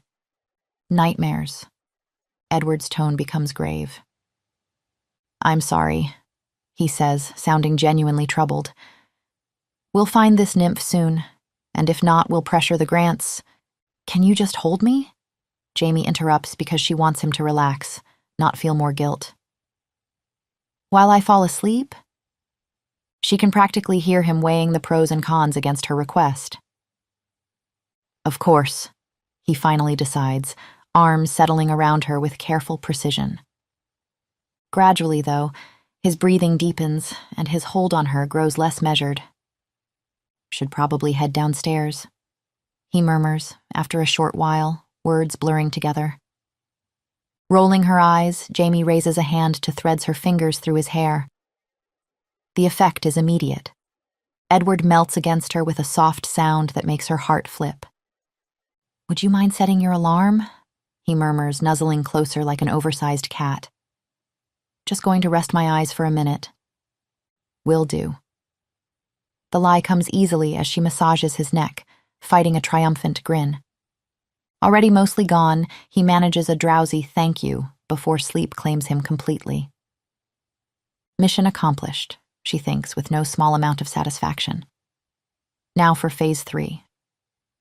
Carefully extracting herself, she creeps down the stairs with exaggerated care, though she suspects a marching band couldn't wake Edward right now. Still, better safe than sorry. Sam's already at the bar, as expected. He waves when he spots her, then frowns. "Where's the Alpha?" "Upstairs, asleep." Jamie crosses her arms. "And under no circumstances will you disturb him, understood?" Sam's mouth falls open. "But he said we should patrol, and Owen is waiting on his decision regarding—" "Then tell Owen where he can shove it," Jamie interrupts, catching Sam's panicked expression before adding, "What? Do you want me to tell him?" "Would you?" The relief in his voice makes him sound about 12. Jamie rolls her eyes but takes the phone. A deep growl comes through the speaker. "What do you mean he's asleep? He's our Alpha. We need him." "Yeah, well, he's also a person. Who needs sleep?" Jamie stresses, wondering if all wolves are this dense about basic biology. "He'll get back to you tomorrow. Now have a good night." She hangs up before Owen can protest further. Sam stares at her like she's just performed a miracle. She jabs a finger at him. "You heard me, right? No waking Edward before tomorrow morning?" "Yes, Miss Jamie." His expression shifts to something almost militant. "I'll ensure it." Satisfied that phase 3 is complete, Jamie heads back upstairs. Edward hasn't moved an inch, sprawled across her bed like some unfairly gorgeous sleeping prince. It is in then Jamie realizes she will have to sleep here, too. In the same bed. With him. Torn between appreciation of how peaceful he looks and mild panic about their sleeping arrangements, She gathers her courage and carefully climbs in beside him. The last thing she sees before drifting off is Edward's face in the moonlight. Hours later, Jamie wakes up bathed in early morning light, completely enveloped, strong arms around her waist, a broad chest pressed against her back, warm breath tickling her neck. For one disoriented moment, she tenses until that now familiar winter pine scent registers. Edward. Her slight movement is enough to break the spell, though. He jerks away from her like he's been burned, and when she turns, he's staring at her with wide, horrified eyes. His usually perfect hair is adorably mussed, sticking up at impossible angles, but his expression is anything but soft. "What's going on?" Panic edges his voice. "Nothing?" She blinks, confused by his reaction, until understanding dawns. The promise to wake him, the meetings she'd intercepted. His shock morphs into fury so quickly she almost gets whiplash. "Jamie," he sounds like he's choking on his own outrage. "I was supposed to meet Sam." "I know." She rolls her eyes, refusing to be intimidated. "I told him to scram, the other one too." "You told him to what?" He actually sputters. "And what do you mean, the other one?" "Owen, I think his name was." She shrugs with deliberate casualness. The look on Edward's face suggests he's seriously considering murder. She might even find it scary if she hadn't felt him practically purring at the slightest head scratch last night. "How dare you?" Each word comes out clipped, precise. "You can't just—" "Oh, come on, Edward." She cuts him off. "You were being unreasonable." "Unreasonable?" His jaw actually drops. "This whole station is in danger, your family included. And your friend's missing." The low blow makes her bristle. "You're not helping anybody dropping dead from exhaustion." She snaps back, heat rising in her cheeks. How can someone so intelligent be this dense about basic self-care? "Not this again." He groans like she's a particularly stubborn child. "I told you I don't need—" "Shut up!" Her voice cracks like a whip. "Yeah, you do." Something wild flashes in his eyes, like a cornered animal suddenly realizing it's trapped. It makes her chest ache despite her anger. "Look," she softens her tone. "You're allowed to rest sometimes, Edward. Nobody expects you to—" "You have no idea what people expect of me." He interrupts, the raw edge in his voice silencing her. It's true, she realizes. She knows nothing about his life beyond this pretense they're living. But she knows what she's seen. Someone so consumed by his role he's forgotten how to exist outside of it. His expression hardens into something regal and distant. "From now on, Jamie, when I tell you to do something, I expect you to obey. Are we clear?" She gapes at him, anger flooding back hot and fast. He expects her to obey? The sheer audacity of this man, thinking he can command her. "We are certainly not clear." She launches herself upright. "You don't tell me what to do. I'm not your employee. I'm not part of your pack. I'm not even your real girlfriend." His pupils dilate as she speaks, nostrils flaring, but Jamie won't be stopped. "You listen." She moves closer, jabbing her finger into his chest. "I can do whatever the fuck I want, and you," another poke, "can't. Poke, stop me." A growl rumbles from Edward's chest, but there's something different about it now. His eyes have gone dark and heavy-lidded, gaze dropping to her lips. And having crawled closer with each accusation, Jamie's practically in his lap, her finger pressed to his chest. She can feel his heart hammering beneath it. "You can't control me," she says, but her voice comes out breathier than intended. His hands have somehow found their way to her hips, grip just this side of too tight. "Is that so?" he asks. The words are barely more than a rumble, his eyes fixed on her mouth. "Yes." She means it to sound defiant, but it comes out like a dare. His thumb traces small circles on her hip, and she's not sure he even realizes he's doing it. Jamie. Her name sounds like a warning, or maybe a prayer. She shifts closer, unable to help herself. She can feel his breath against her lips, count each uneven exhale. "Tell me to stop," he whispers, already leaning in. She arches up to meet him, and then a knock on the door freezes the moment. "Edward, honey?" Jamie's mom voice echoes from behind the door. "Your friend is waiting downstairs." Edward pulls back so fast Jamie nearly tips over. His face smooths into that perfect mask she's coming to hate, all traces of desire vanishing like they were never even there. "Tell him I'll be right down," he calls, already standing and straightening his clothes.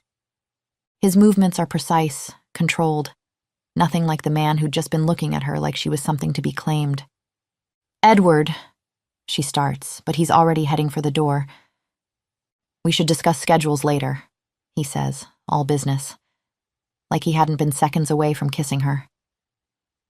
The door clicks shut behind him, leaving Jamie alone with rumpled sheets and the phantom sensation of his touch. She falls back against the pillows with a groan. 18. Edward. The morning had been humiliating enough, Edward thinks, waking up wrapped around Jamie like he needed her warmth to survive, finding out he'd been coddled like some incapable pup, and then her family watching him stumble over excuses as though he were some idiot boy caught sneaking out of her bedroom. But it's not the embarrassment that lingers. No, it's the fire in Jamie's eyes when she'd stood up to him that he can't get out of his head. Her scent spiked with anger, her lips slightly parted as she stood so close he could feel the heat of her breath. It had taken everything he had to pull away from her. His wolf is restless and wanting. The stairs creak under Edward's feet as he descends, but he barely notices. His senses are overwhelmed with spring rain tones mixed with something darker, sweeter. Arousal. His wolf prowls beneath his skin. Most pack members drop their gaze when he barely raises his voice. Meanwhile, Jamie gets right in his face, all storm gray eyes and sharp tongue. It should infuriate him. And it does. It makes his blood burn, makes him want to push her against the wall, show her exactly what happens to little humans who challenge alphas. He wants to know the sound she'd make, how she'd feel beneath him, if she'd still be defiant when he grips the banister, wood creaking under his fingers. This is madness. She's human, fragile, temporary. The pack would see his fascination with her as weakness. Owen already questions his judgment, but he can't stop thinking about how she'd looked this morning. The way her eyes had darkened when she'd looked at his mouth, like she wanted to taste him as badly as he wanted to taste her. Maybe he should, he thinks. Yes, it would certainly help their cover story if he made her his lover. He could be careful with her, gentle even if she needed. His wolf strains toward the stairs, already imagining pinning her to the bed, marking every inch of her skin until she forgets how to be anything but his. "What are you doing?" Owen's voice cuts through his fantasy like ice water. His beta stands at the bar, radiating judgment and disapproval. Not Sam. Definitely not Sam. Edward forces his breathing steady, trying to ignore how his body still aches for the woman upstairs. This is going to be unpleasant. "Well, perhaps you should have." Owen crosses his arms. "Looks like you need help taming your human pet." The snarl rips from Edward's throat before he can stop it, primal and protective. "See?" Owen drops his gaze, though tension radiates from every line of his body. "You can't even stand me reminding you of her place. She's not your equal, Edward. She doesn't have a wolf." "Did you come all the way here to state facts?" Edward circles his beta, teeth bared. His wolf still strains toward the stairs, toward Jamie's scent. "I came to remind you what's at stake." Edward rolls his eyes. "As if I don't know." "I've heard stories." Owen's gaze snaps back up, urgent. "Wolves barely able to function without their mates once a fated bond forms. Can you blame me for worrying about your focus? Not only that, but how exactly will your human live amongst us? One bite from any of us and she dies." Real fear colors Owen's scent now. "I'm not sure the pack will accept her, Edward, fated mate or not." Something cracks in Edward's chest, an ache he hadn't expected. Well, good thing she isn't then. The words taste like ash. Owen actually stumbles. What? I just told the Grants she was so they'd let me remain here on their territory. Each word feels like betrayal, though he can't say why. Then why the fuck didn't you tell me? Relief floods Owen's scent. For fuck's sake, Edward, I was going insane wondering how the hell you were going to keep being our alpha with such a liability. Cold spreads through Edward's chest as Owen continues. I can't believe I fell for it. Obviously, you wouldn't end up fated to some useless human. Owen actually laughs. Can you imagine you, with some weak-ass unknowing girl who'd die at your bite and never bear your children?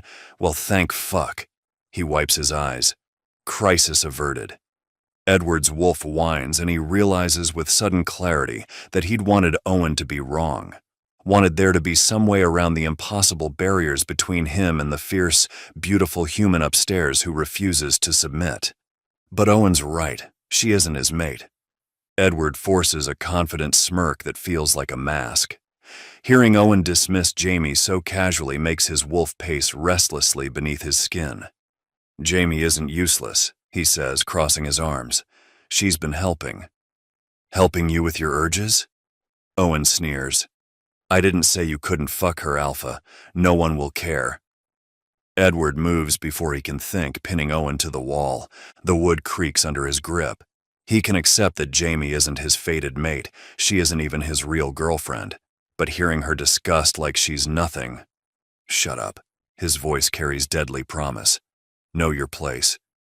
Owen goes still, submissive, though Edward catches the glint in his eye before he lowers it. You can let the pack know not to worry about my non-existent mate. Edward growls. Now fuck off. Before I get the chance to tell you about the encrypted message we intercepted? Edward rolls his eyes. Trust Owen to withhold critical information until he's been enough of an ass to need redemption. What message? Owen produces a paper from his pocket. Radio frequency, time, date, and place. Tonight at the Grants Hotel? Edward frowns at the coordinates. Someone wants to meet us there? Who? Who? I'd have told you if we knew who. Would you? Edward snatches the paper. The Grants are holding a Christmas ball tonight. Perfect, parade your little human, attract attention, while Sam and I look for whoever sent this. Could be a trap. His wolf bristles at the thought of bringing Jamie into danger. Could be the opportunity you've been waiting for. Edward's gaze snaps to the stairs to where Jamie's scent still lingers. You've been squeezing the Grant pack out for years, Alpha. Owen's voice carries an edge of excitement, buying their shares, taking their land piece by piece. Once we expose whatever they're hiding with this nymph, you can finally demolish this place and build that pipeline we need. We need to find Jonah and the missing humans first. Sure, if you want. Owen's dismissal makes Edward's skin crawl. But we both know what your priority is here. It's what it's always been. To win. Don't pretend a few humans and Jonah are what drove you here. Not even Sam would believe that. Edward can't argue. He came to pressure the Grants into giving up their land. The resort means nothing to him, just profit margins and expansion plans. Richard Grant is a good alpha. Victoria, a suitable heir. But they wouldn't see reason, clinging to their precious mountains. We'll find the hostages first. He catches Owen's eye until his beta nods. Standing there, looking at the man he'd molded into his own image, cold, calculating, focused only on victory, Edward feels something he hasn't experienced in years. Shame. 19. Jamie. The hotel suite mirror reflects a stranger wearing diamonds that catch the late afternoon light. Rebecca fusses with Jamie's hair, wielding hairspray like a weapon. Wow, she says, discovering the earrings nestled in black velvet. Diamonds bigger than either of them has ever seen outside of movies. Edward's not messing around. Jamie manages a tense smile, watching her sister's reflection as she fastens the heavy jewels in place. She feels like she's playing dress-up in someone else's life, though she has to admit the effect is stunning. If only her stomach would stop doing nervous flips. I've got to say, Rebecca sprays another rebellious curl into submission, I didn't think you'd go for the rich business tycoon type. You're more of a struggling artist girl normally. Jamie nods noncommittally, remembering how she'd woken up this morning to Edward's defensive anger, how he'd fled before she could... What? Kiss away that trapped look in his eyes? Make him smile that rare, genuine smile that appears when he thinks no one's watching?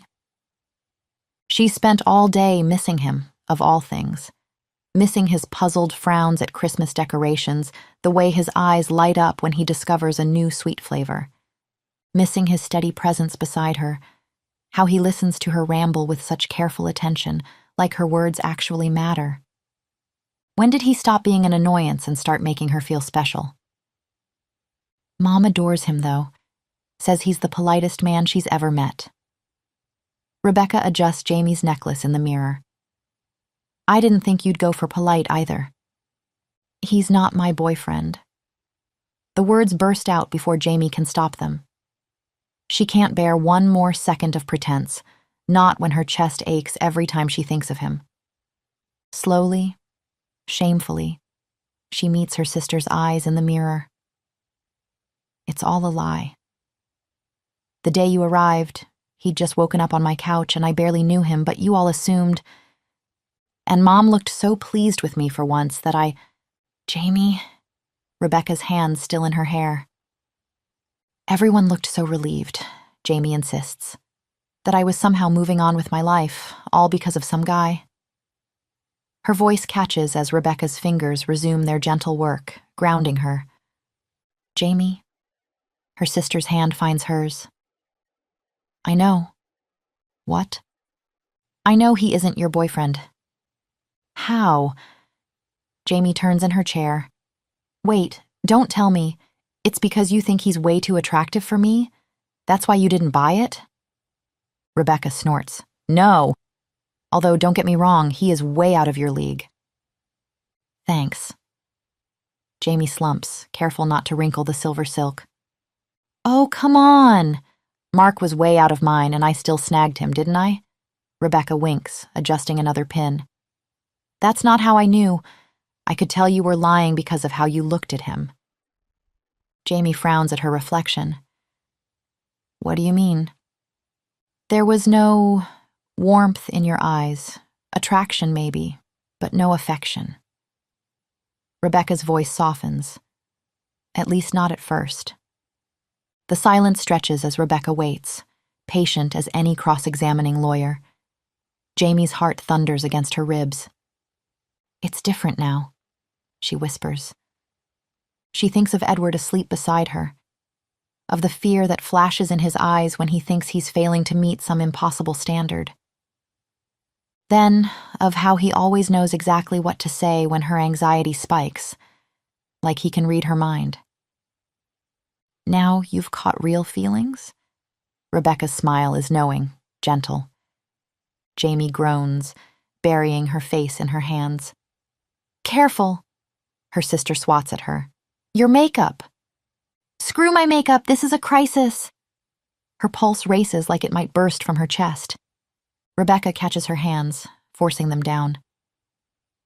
You've always responded well to crisis, Jamie. Her voice carries unexpected steel. Mom doesn't see it because she worries, and Grandpa doesn't see it because he's protective, but I see it. I know you. When Dad died, I was a mess. We all were. But you kept that smile on your face and brought light back into our lives. You have a way with making people feel less alone. I was 6. Jamie's voice comes out small. Her sister has never looked at her with such respect before. I didn't realize. You missed your dad and you had nightmares. Rebecca smooths her hair with gentle fingers. But still, you pushed through, and you clung to life and hope for all of us. You're strong, Jamie. I'm sorry if we make you feel like you aren't sometimes. When her sister pulls her into a hug, she sinks into it, as grateful for the anchor as she'd used to be when they were little. It's not going to work out with Edward, she whispers into Rebecca's shoulder. I'm going to lose him before I've even really had him. You don't know that, comes the protest. But Rebecca doesn't understand. Can't know about Edward's other form, how he leads an entire pack of wolves, lives by ancient codes that clearly have no place for humans. Rebecca pulls back, hands on her shoulders. Did you try telling him how you feel, at least? Why would I? Jamie's sigh feels heavy in her chest. It wouldn't change anything. She pauses, Edward's rare, genuine smile flashing through her mind. The one that makes his eyes crinkle at the corners, transforms his whole face into something softer, younger. Maybe it wouldn't change anything, but maybe that smile would be worth the risk. You think I should tell him? Her voice comes out small. Fuck no, Rebecca snorts. I think you should make him jealous, ignore him a bit, drive him on. Jamie's nose wrinkles. I'd rather just be upfront. Rebecca's smile turns knowing. I thought you might. She guides Jamie to the full-length mirror, hands gentle on her shoulders. You look beautiful. The reflection shows a woman Jamie barely recognizes. The dress Edward chose falls like liquid fire, deep red silk that catches the light with every breath. Go get him, Rebecca concludes, a knowing smirk on her lips. Jamie finds Edward waiting in the lobby with Sam and another man who must be Owen, nearly as tall and broad as Edward, practically radiating alpha male energy.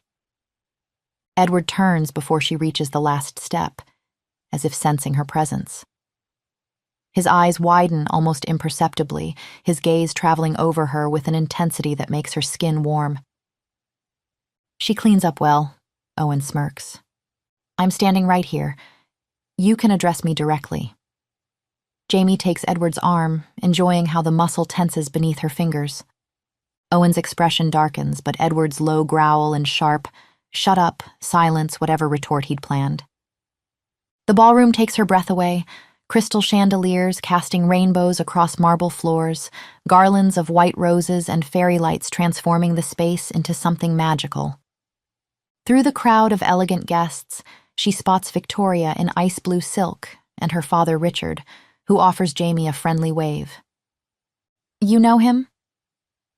Edward's arm slides around her waist, pulling her closer than strictly necessary as they reach the dance floor. Of course. He owns the bar. He's my boss. She sends Richard an apologetic smile over Edward's tense shoulder. She's always liked him, found him fair and kind despite his intimidating presence. He'd offered her the job when she couldn't bear to leave after Steph's disappearance. Now she wonders if kindness had really been his motivation. Owen and Sam are going to look around while we play decoy. Edward murmurs in her ear before executing a perfect dip. We received a message telling us to meet someone here tonight. His lips brush her skin as he speaks, impossibly warm. When she meets his eyes, though, they're cold, focused on the mission. She barely stops herself from rolling her eyes. How do I look? She asks, watching his brow furrow. What? He won't quite meet her gaze. Your friend said I looked good. What do you think? Edward's entire body goes rigid against hers. He didn't say you looked good. He wouldn't dare say such a thing in front of me. Why not? Because you're mine. The certainty in his voice steals her breath, sending heat coiling in her stomach even as indignation flares. You don't own me, she challenges, trying to catch his eye. Perhaps not. His voice turns rough. But everyone here must think I do. Her heart pounds against her ribs. Must they? When he finally meets her gaze, something torn and vulnerable flashes in those amber depths. What are you saying? I thought the plan was clear. It hasn't been clear in a while, Edward. She lets the words hang between them. I think you know this. She spots Owen and Sam slipping toward a side door. If you want to create your distraction, now's the time. I didn't say I wanted... The raw emotion in his eyes makes her chest ache. Shut up and kiss me. Jamie tells him, and to her surprise, he does, his lips claiming hers like it's all he'd been waiting to do. It's careful and tentative, measured, until she nips his bottom lip, and then it's anything but. Suddenly, it feels like Edward is. Everywhere, his large hands spanning her back, pulling her closer, his mouth hot and urgent against hers. Weeks of tension explode between them, every glances that lingered too long, every word left unsaid or stolen moments in the quiet, erupting into something desperate and claiming. His fingers dig into her hips, hers tangle in his hair, one of them grunts, the other moans. She's dimly aware they're causing a scene. She couldn't care less. The room around them fades, the music, the chatter, the glances from other guests. None of it matters. It's just him, his warmth, the steady strength of his body against hers, and the raw, unspoken emotion pouring into this moment kiss. Jamie breaks away just enough to meet Edward's eyes, bright gold, shimmering with something primal and unguarded. "Do you think that was enough of a distraction?" she asks, and it sounds like a whine. She'd be embarrassed by it if Edward didn't immediately shake his head, something aching in the movement. He opens his mouth as if to speak. Nothing comes out, and then he claims her lips again instead. There are vague, surprised murmurs nearby, maybe. Who cares? It doesn't matter. All that matters is Edward, his hands branding her skin, the barely contained sounds rumbling through his chest, the hard press of his body. She's never wanted anyone like this, like she might die if he stops touching her. "Edward?" The sharp sound of someone clearing their throat makes them both freeze. Jamie blinks, dazed as Edward pulls back slightly, a low growl rumbling from his chest. She turns her head to find Richard Grant standing a few feet away, his expression carefully neutral. "Edward?" Richard says again, his tone calm but firm. "A word?" Edward's lips curl back slightly, his eyes narrowing into a glare so sharp it's almost dangerous. Jamie feels the loss of his warmth as he reluctantly steps away, but his hand lingers on her waist for a second longer than necessary. He looks down at her, his eyes still glowing faintly gold. "Stay here," he says, his voice rough and low. The sound of it sends a shiver down Jamie's spine. It's not an order. It's a promise. She nods, unable to find words, watching as he finally lets go of her and follows Richard toward a quieter corner of the ballroom. Jamie stands there for a moment, her skin still humming from his touch, her lips still tingling. She feels exposed, embarrassed by how easily she'd forgotten herself, but there's something else, too. Something giddy and electric, thrumming in her chest. This wasn't pretend, she realizes, her cheeks flushing. It had been real. A proper, real kiss, full of real implications. And Edward had enjoyed it as much as she had, she could tell. No one could fake that kind of hunger, the way his hands had trembled against her skin. Her heart pounds as she watches him walk away, his back straight, his movements precise. She touches her lips, still unable to believe what just happened. Her reflection in the ballroom windows shows kiss-swollen lips and flushed cheeks. She should check her makeup, make sure she looks perfect for when he returns. The bathroom is just down the hall, away from the crowded ballroom. Her mind is so full of Edward, his taste, his touch, the way he'd looked at her like she was something precious and dangerous all at once, that she doesn't notice the footsteps behind her. Doesn't register the danger until a hand clamps over her mouth, another arm like steel around her waist. "Don't say a word."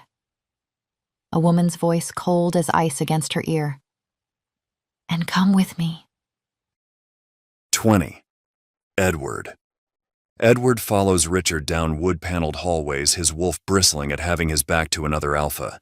The Grant patriarch's office, when they reach it, is everything Edward despises, cluttered with photographs and mementos, a leather chair worn soft with age.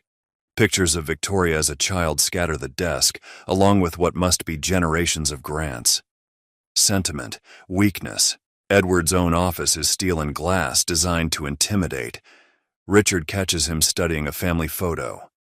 This resort you're so eager to demolish? It's not just land, it's people.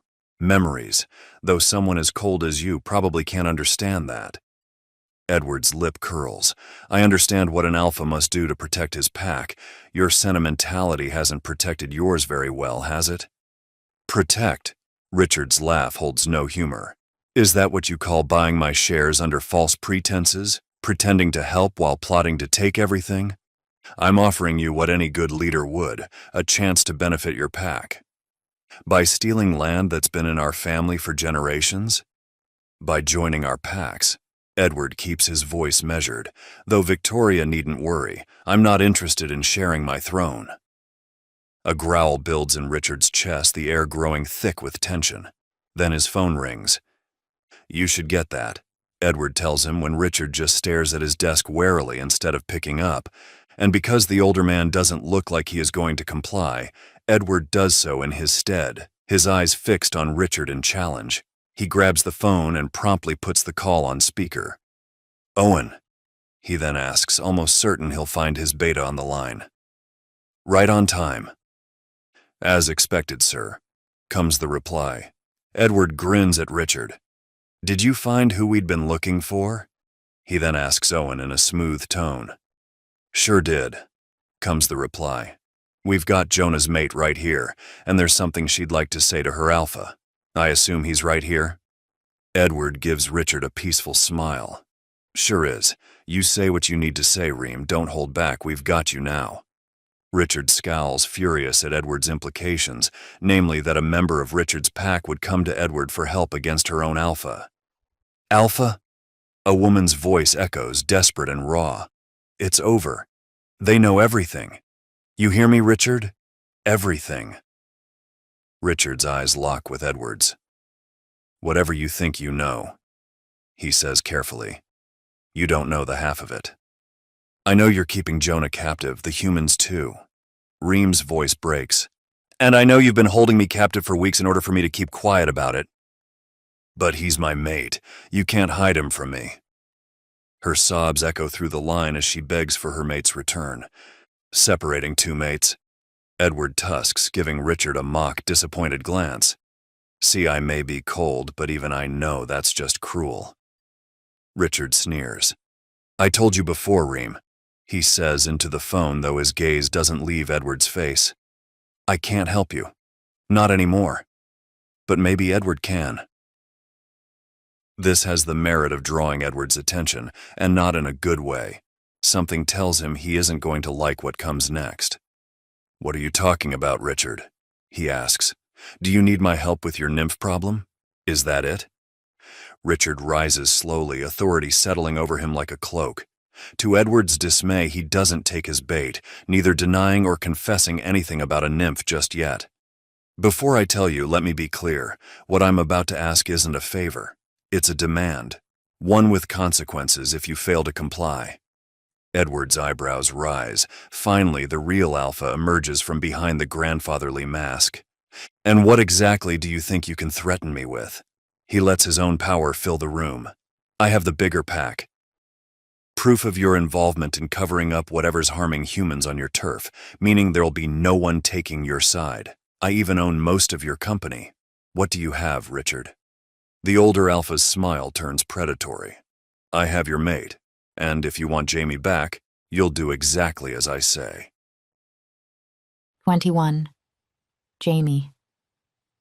Victoria drags Jamie stumbling through the darkness, her heels slipping on what feels like glass beneath her feet. The air grows colder with each step, her bare arms prickling with goosebumps. Keep going, and mind your steps. Victoria's grip is bruising on her arm as Jamie's heel skids across pure ice. They pass through a heavy door and into a corridor that gleams with frozen walls, like entering the heart of a glacier. Their breath clouds in front of them, the only sound their heels clicking against the frozen floor. What is this place? Jamie's voice echoes strangely. Shut up.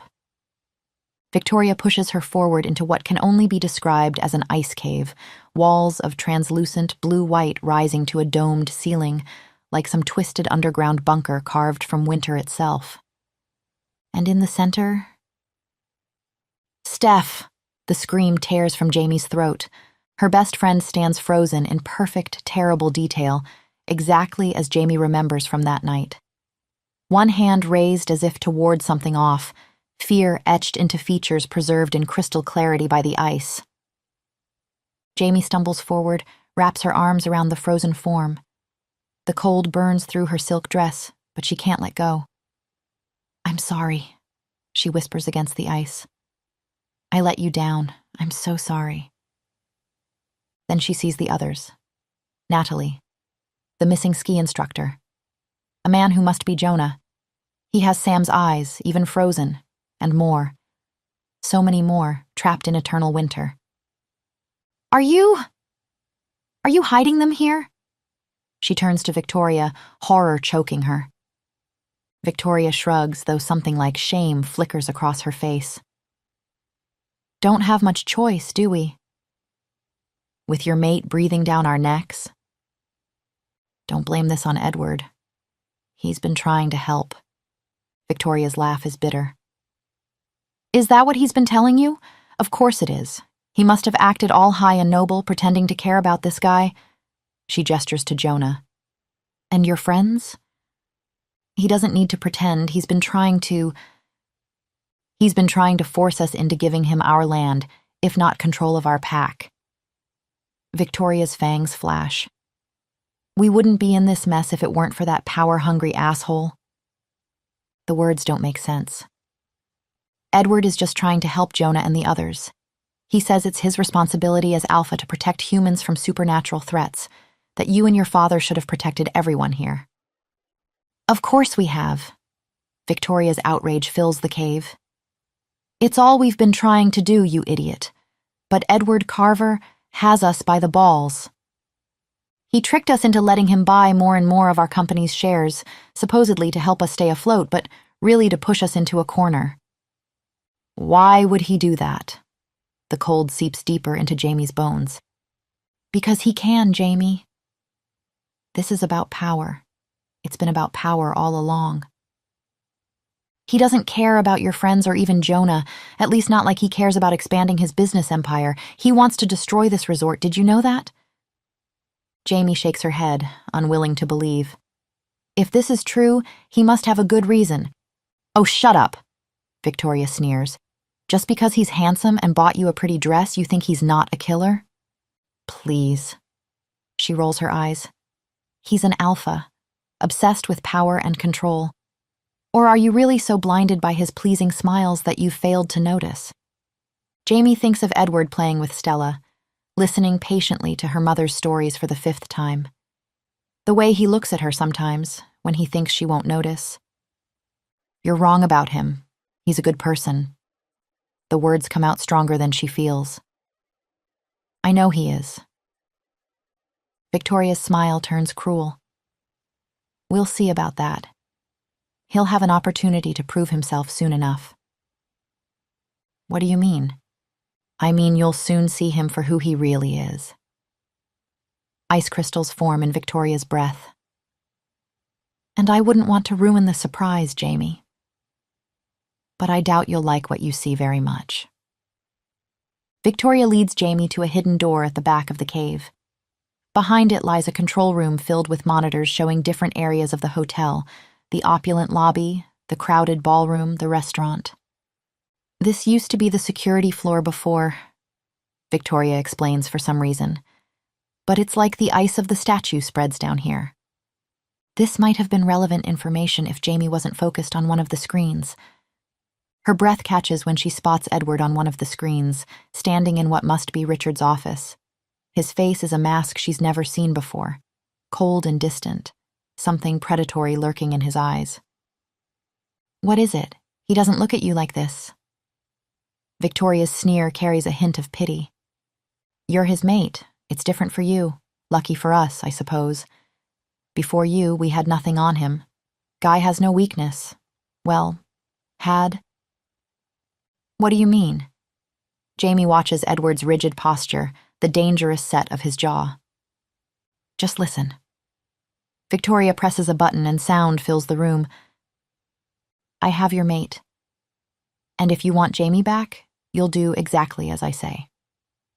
Richard's voice crackles through the speakers.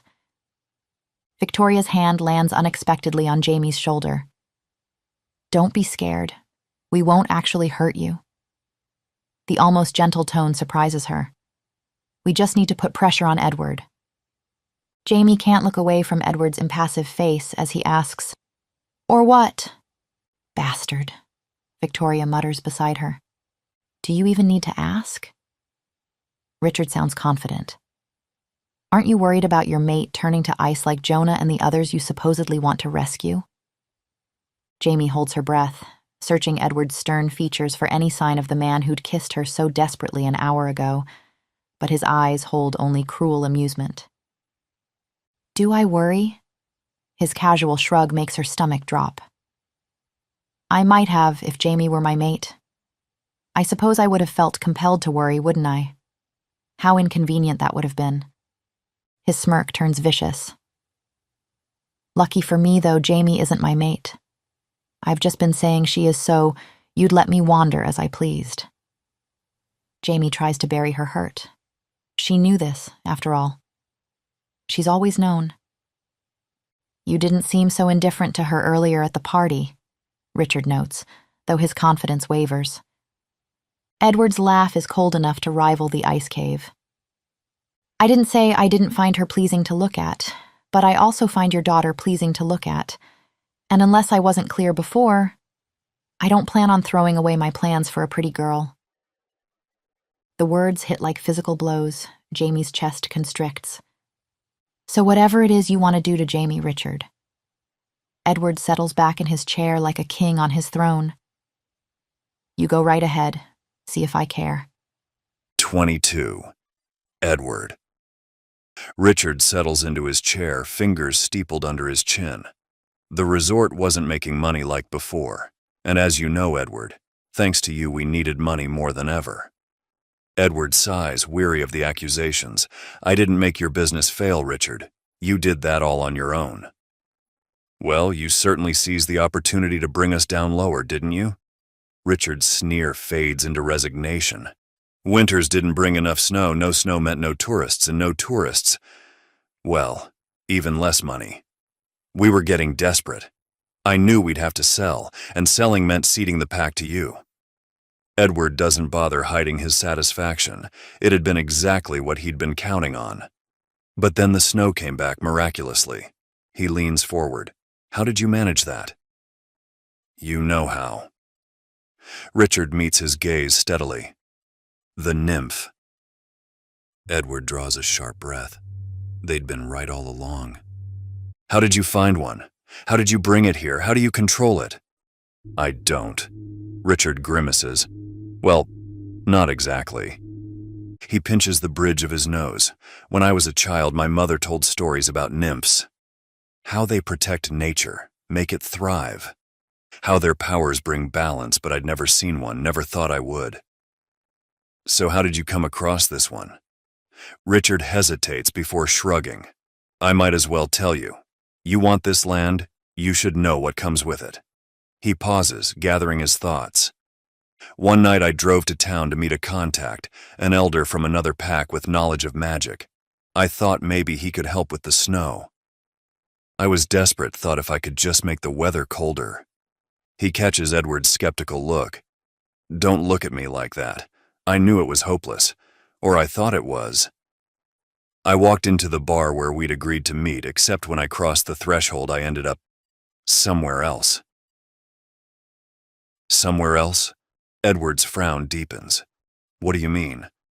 "I mean I was suddenly in a bookshop in an entirely different country. Pretty sure it was the United States. There was a flag outside."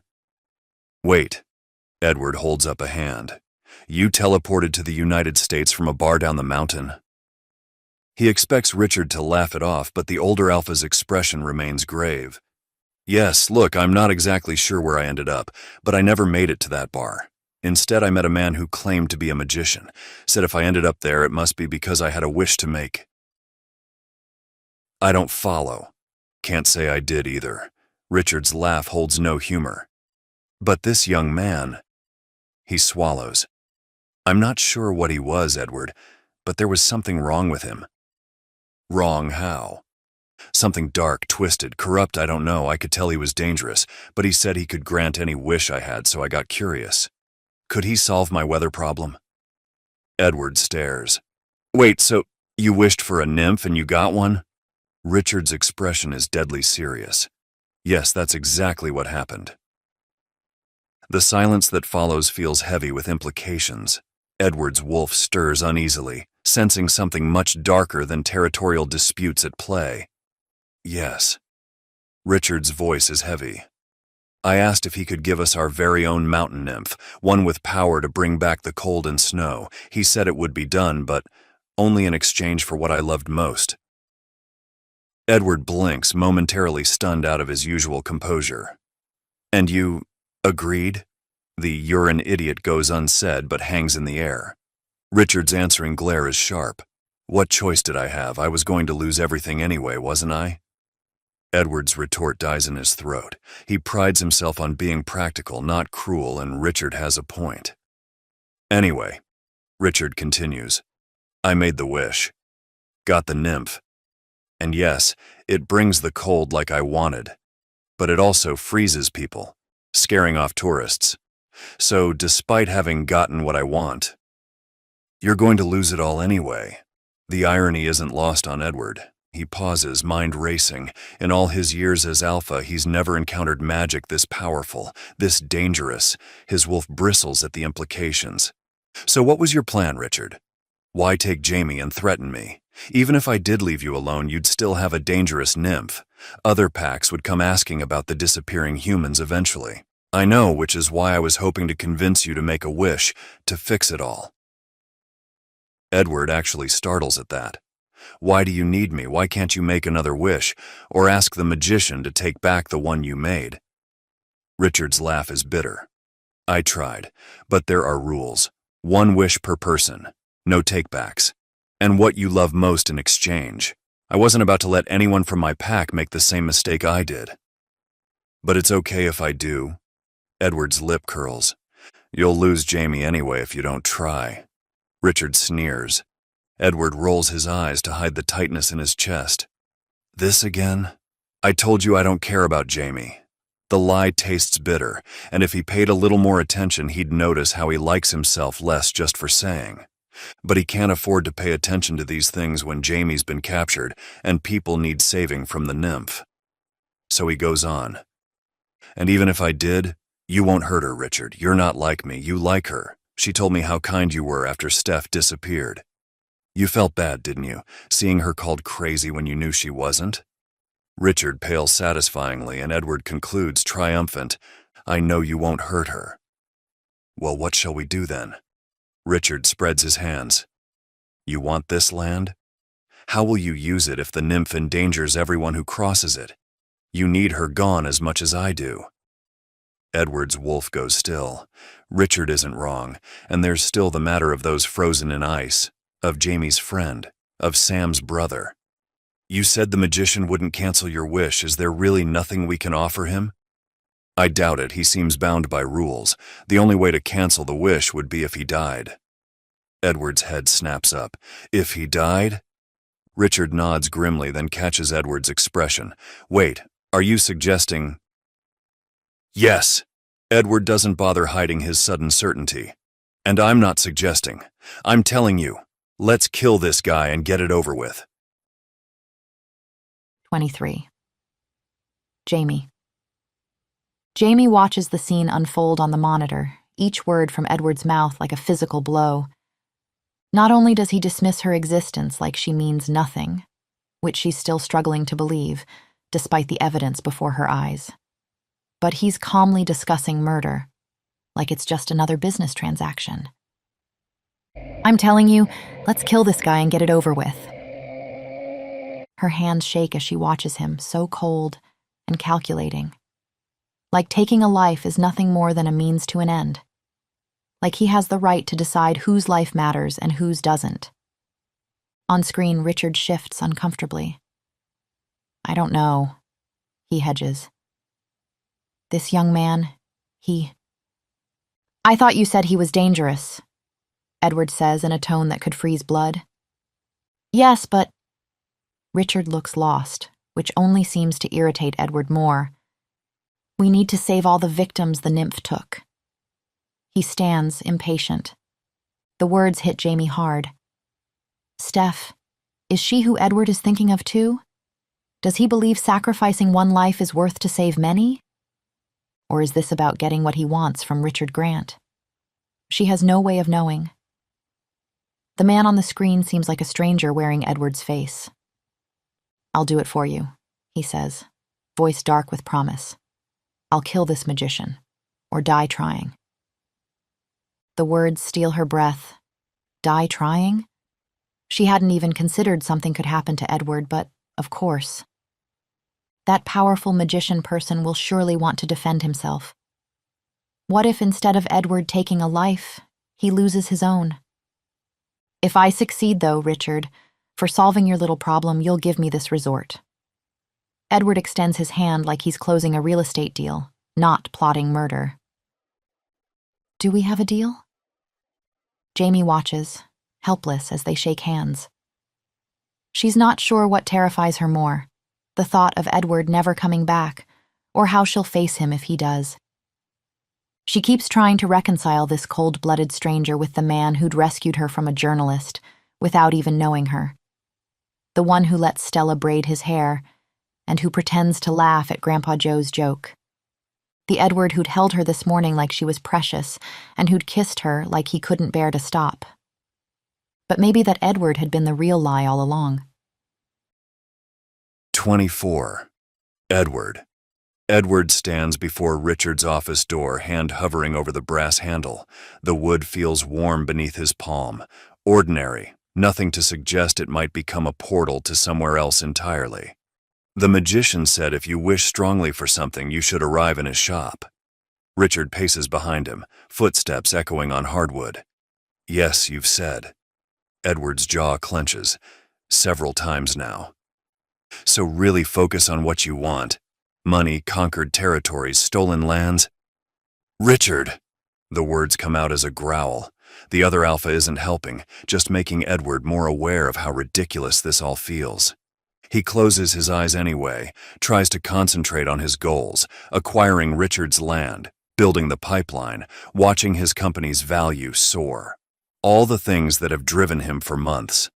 The door swings open to reveal the hotel hallway, exactly as expected. Doesn't seem to be working. He observes, his voice carrying dry amusement. You've got to wish for it with all your heart. Richard sounds increasingly desperate. Edward sighs, steps back into the office. The door closes with a soft click. Another try yields the same result, just more hallway, more failure. Come on, make an effort. Richard's voice rises. You have to yearn for something. You try yearning for something. Edward snaps, patience wearing thin. I can't. I already made a wish. Edward closes his eyes again, changes tactics. He pictures finding the frozen victims, Jonah and Steph among them. Jamie's face appears unbidden, her relief, her joy at having her friend back. Something tugs in his chest, a pull that feels almost... We need a plan B. He steps back into the hallway, shoving the feeling aside. Richard yanks him back into the office. For fuck's sake, Edward, don't you have anything you want out of life? Anything at all? Edward stares at the door. Perhaps that's the problem. He already has everything he's supposed to want. Power, wealth, respect. What else is there? Think of a time you felt frustrated lately. Owen's face surfaces immediately, his voice echoing, the pack will never accept her. She can't be your mate. The memory of Jamie's kiss burns on his lips, soft but insistent. He sees her walking away when this is over, leaving him to his empire of snow and money, and nothing that matters. The handle turns under his palm, and Edward opens his eyes to darkness and books. Moonlight filters through grimy windows, casting long shadows between towering shelves. The bookstore seems endless, shelves stretching up into darkness, corridors branching off like a maze. His wolf's hackles rise at the unnatural silence. No traffic sounds from outside, no hum of electricity. Like the store exists in some pocket separate from the real world. He moves silently between the shelves, every sense straining. someone capable of granting wishes, of creating nymphs from nothing. They must be ancient, powerful, the kind of being that could snuff out his life with a thought. Edward's mind conjures images of some ageless creature wearing human skin, waiting in the shadows, the sort of thing that trades in souls and broken dreams. A floorboard creaks somewhere in the darkness. Edward freezes, muscles coiled. His wolf rises close to the surface, ready to shift at a moment's notice. One chance, that's all he'll have against something this powerful. A deep, guttural groan echoes through the darkness. Edward's claws extend slightly. He'll need to be careful. Strike fast before it can use its magic. Perhaps pretend to make a wish. Get close enough. For the first time in his life, this isn't about terror.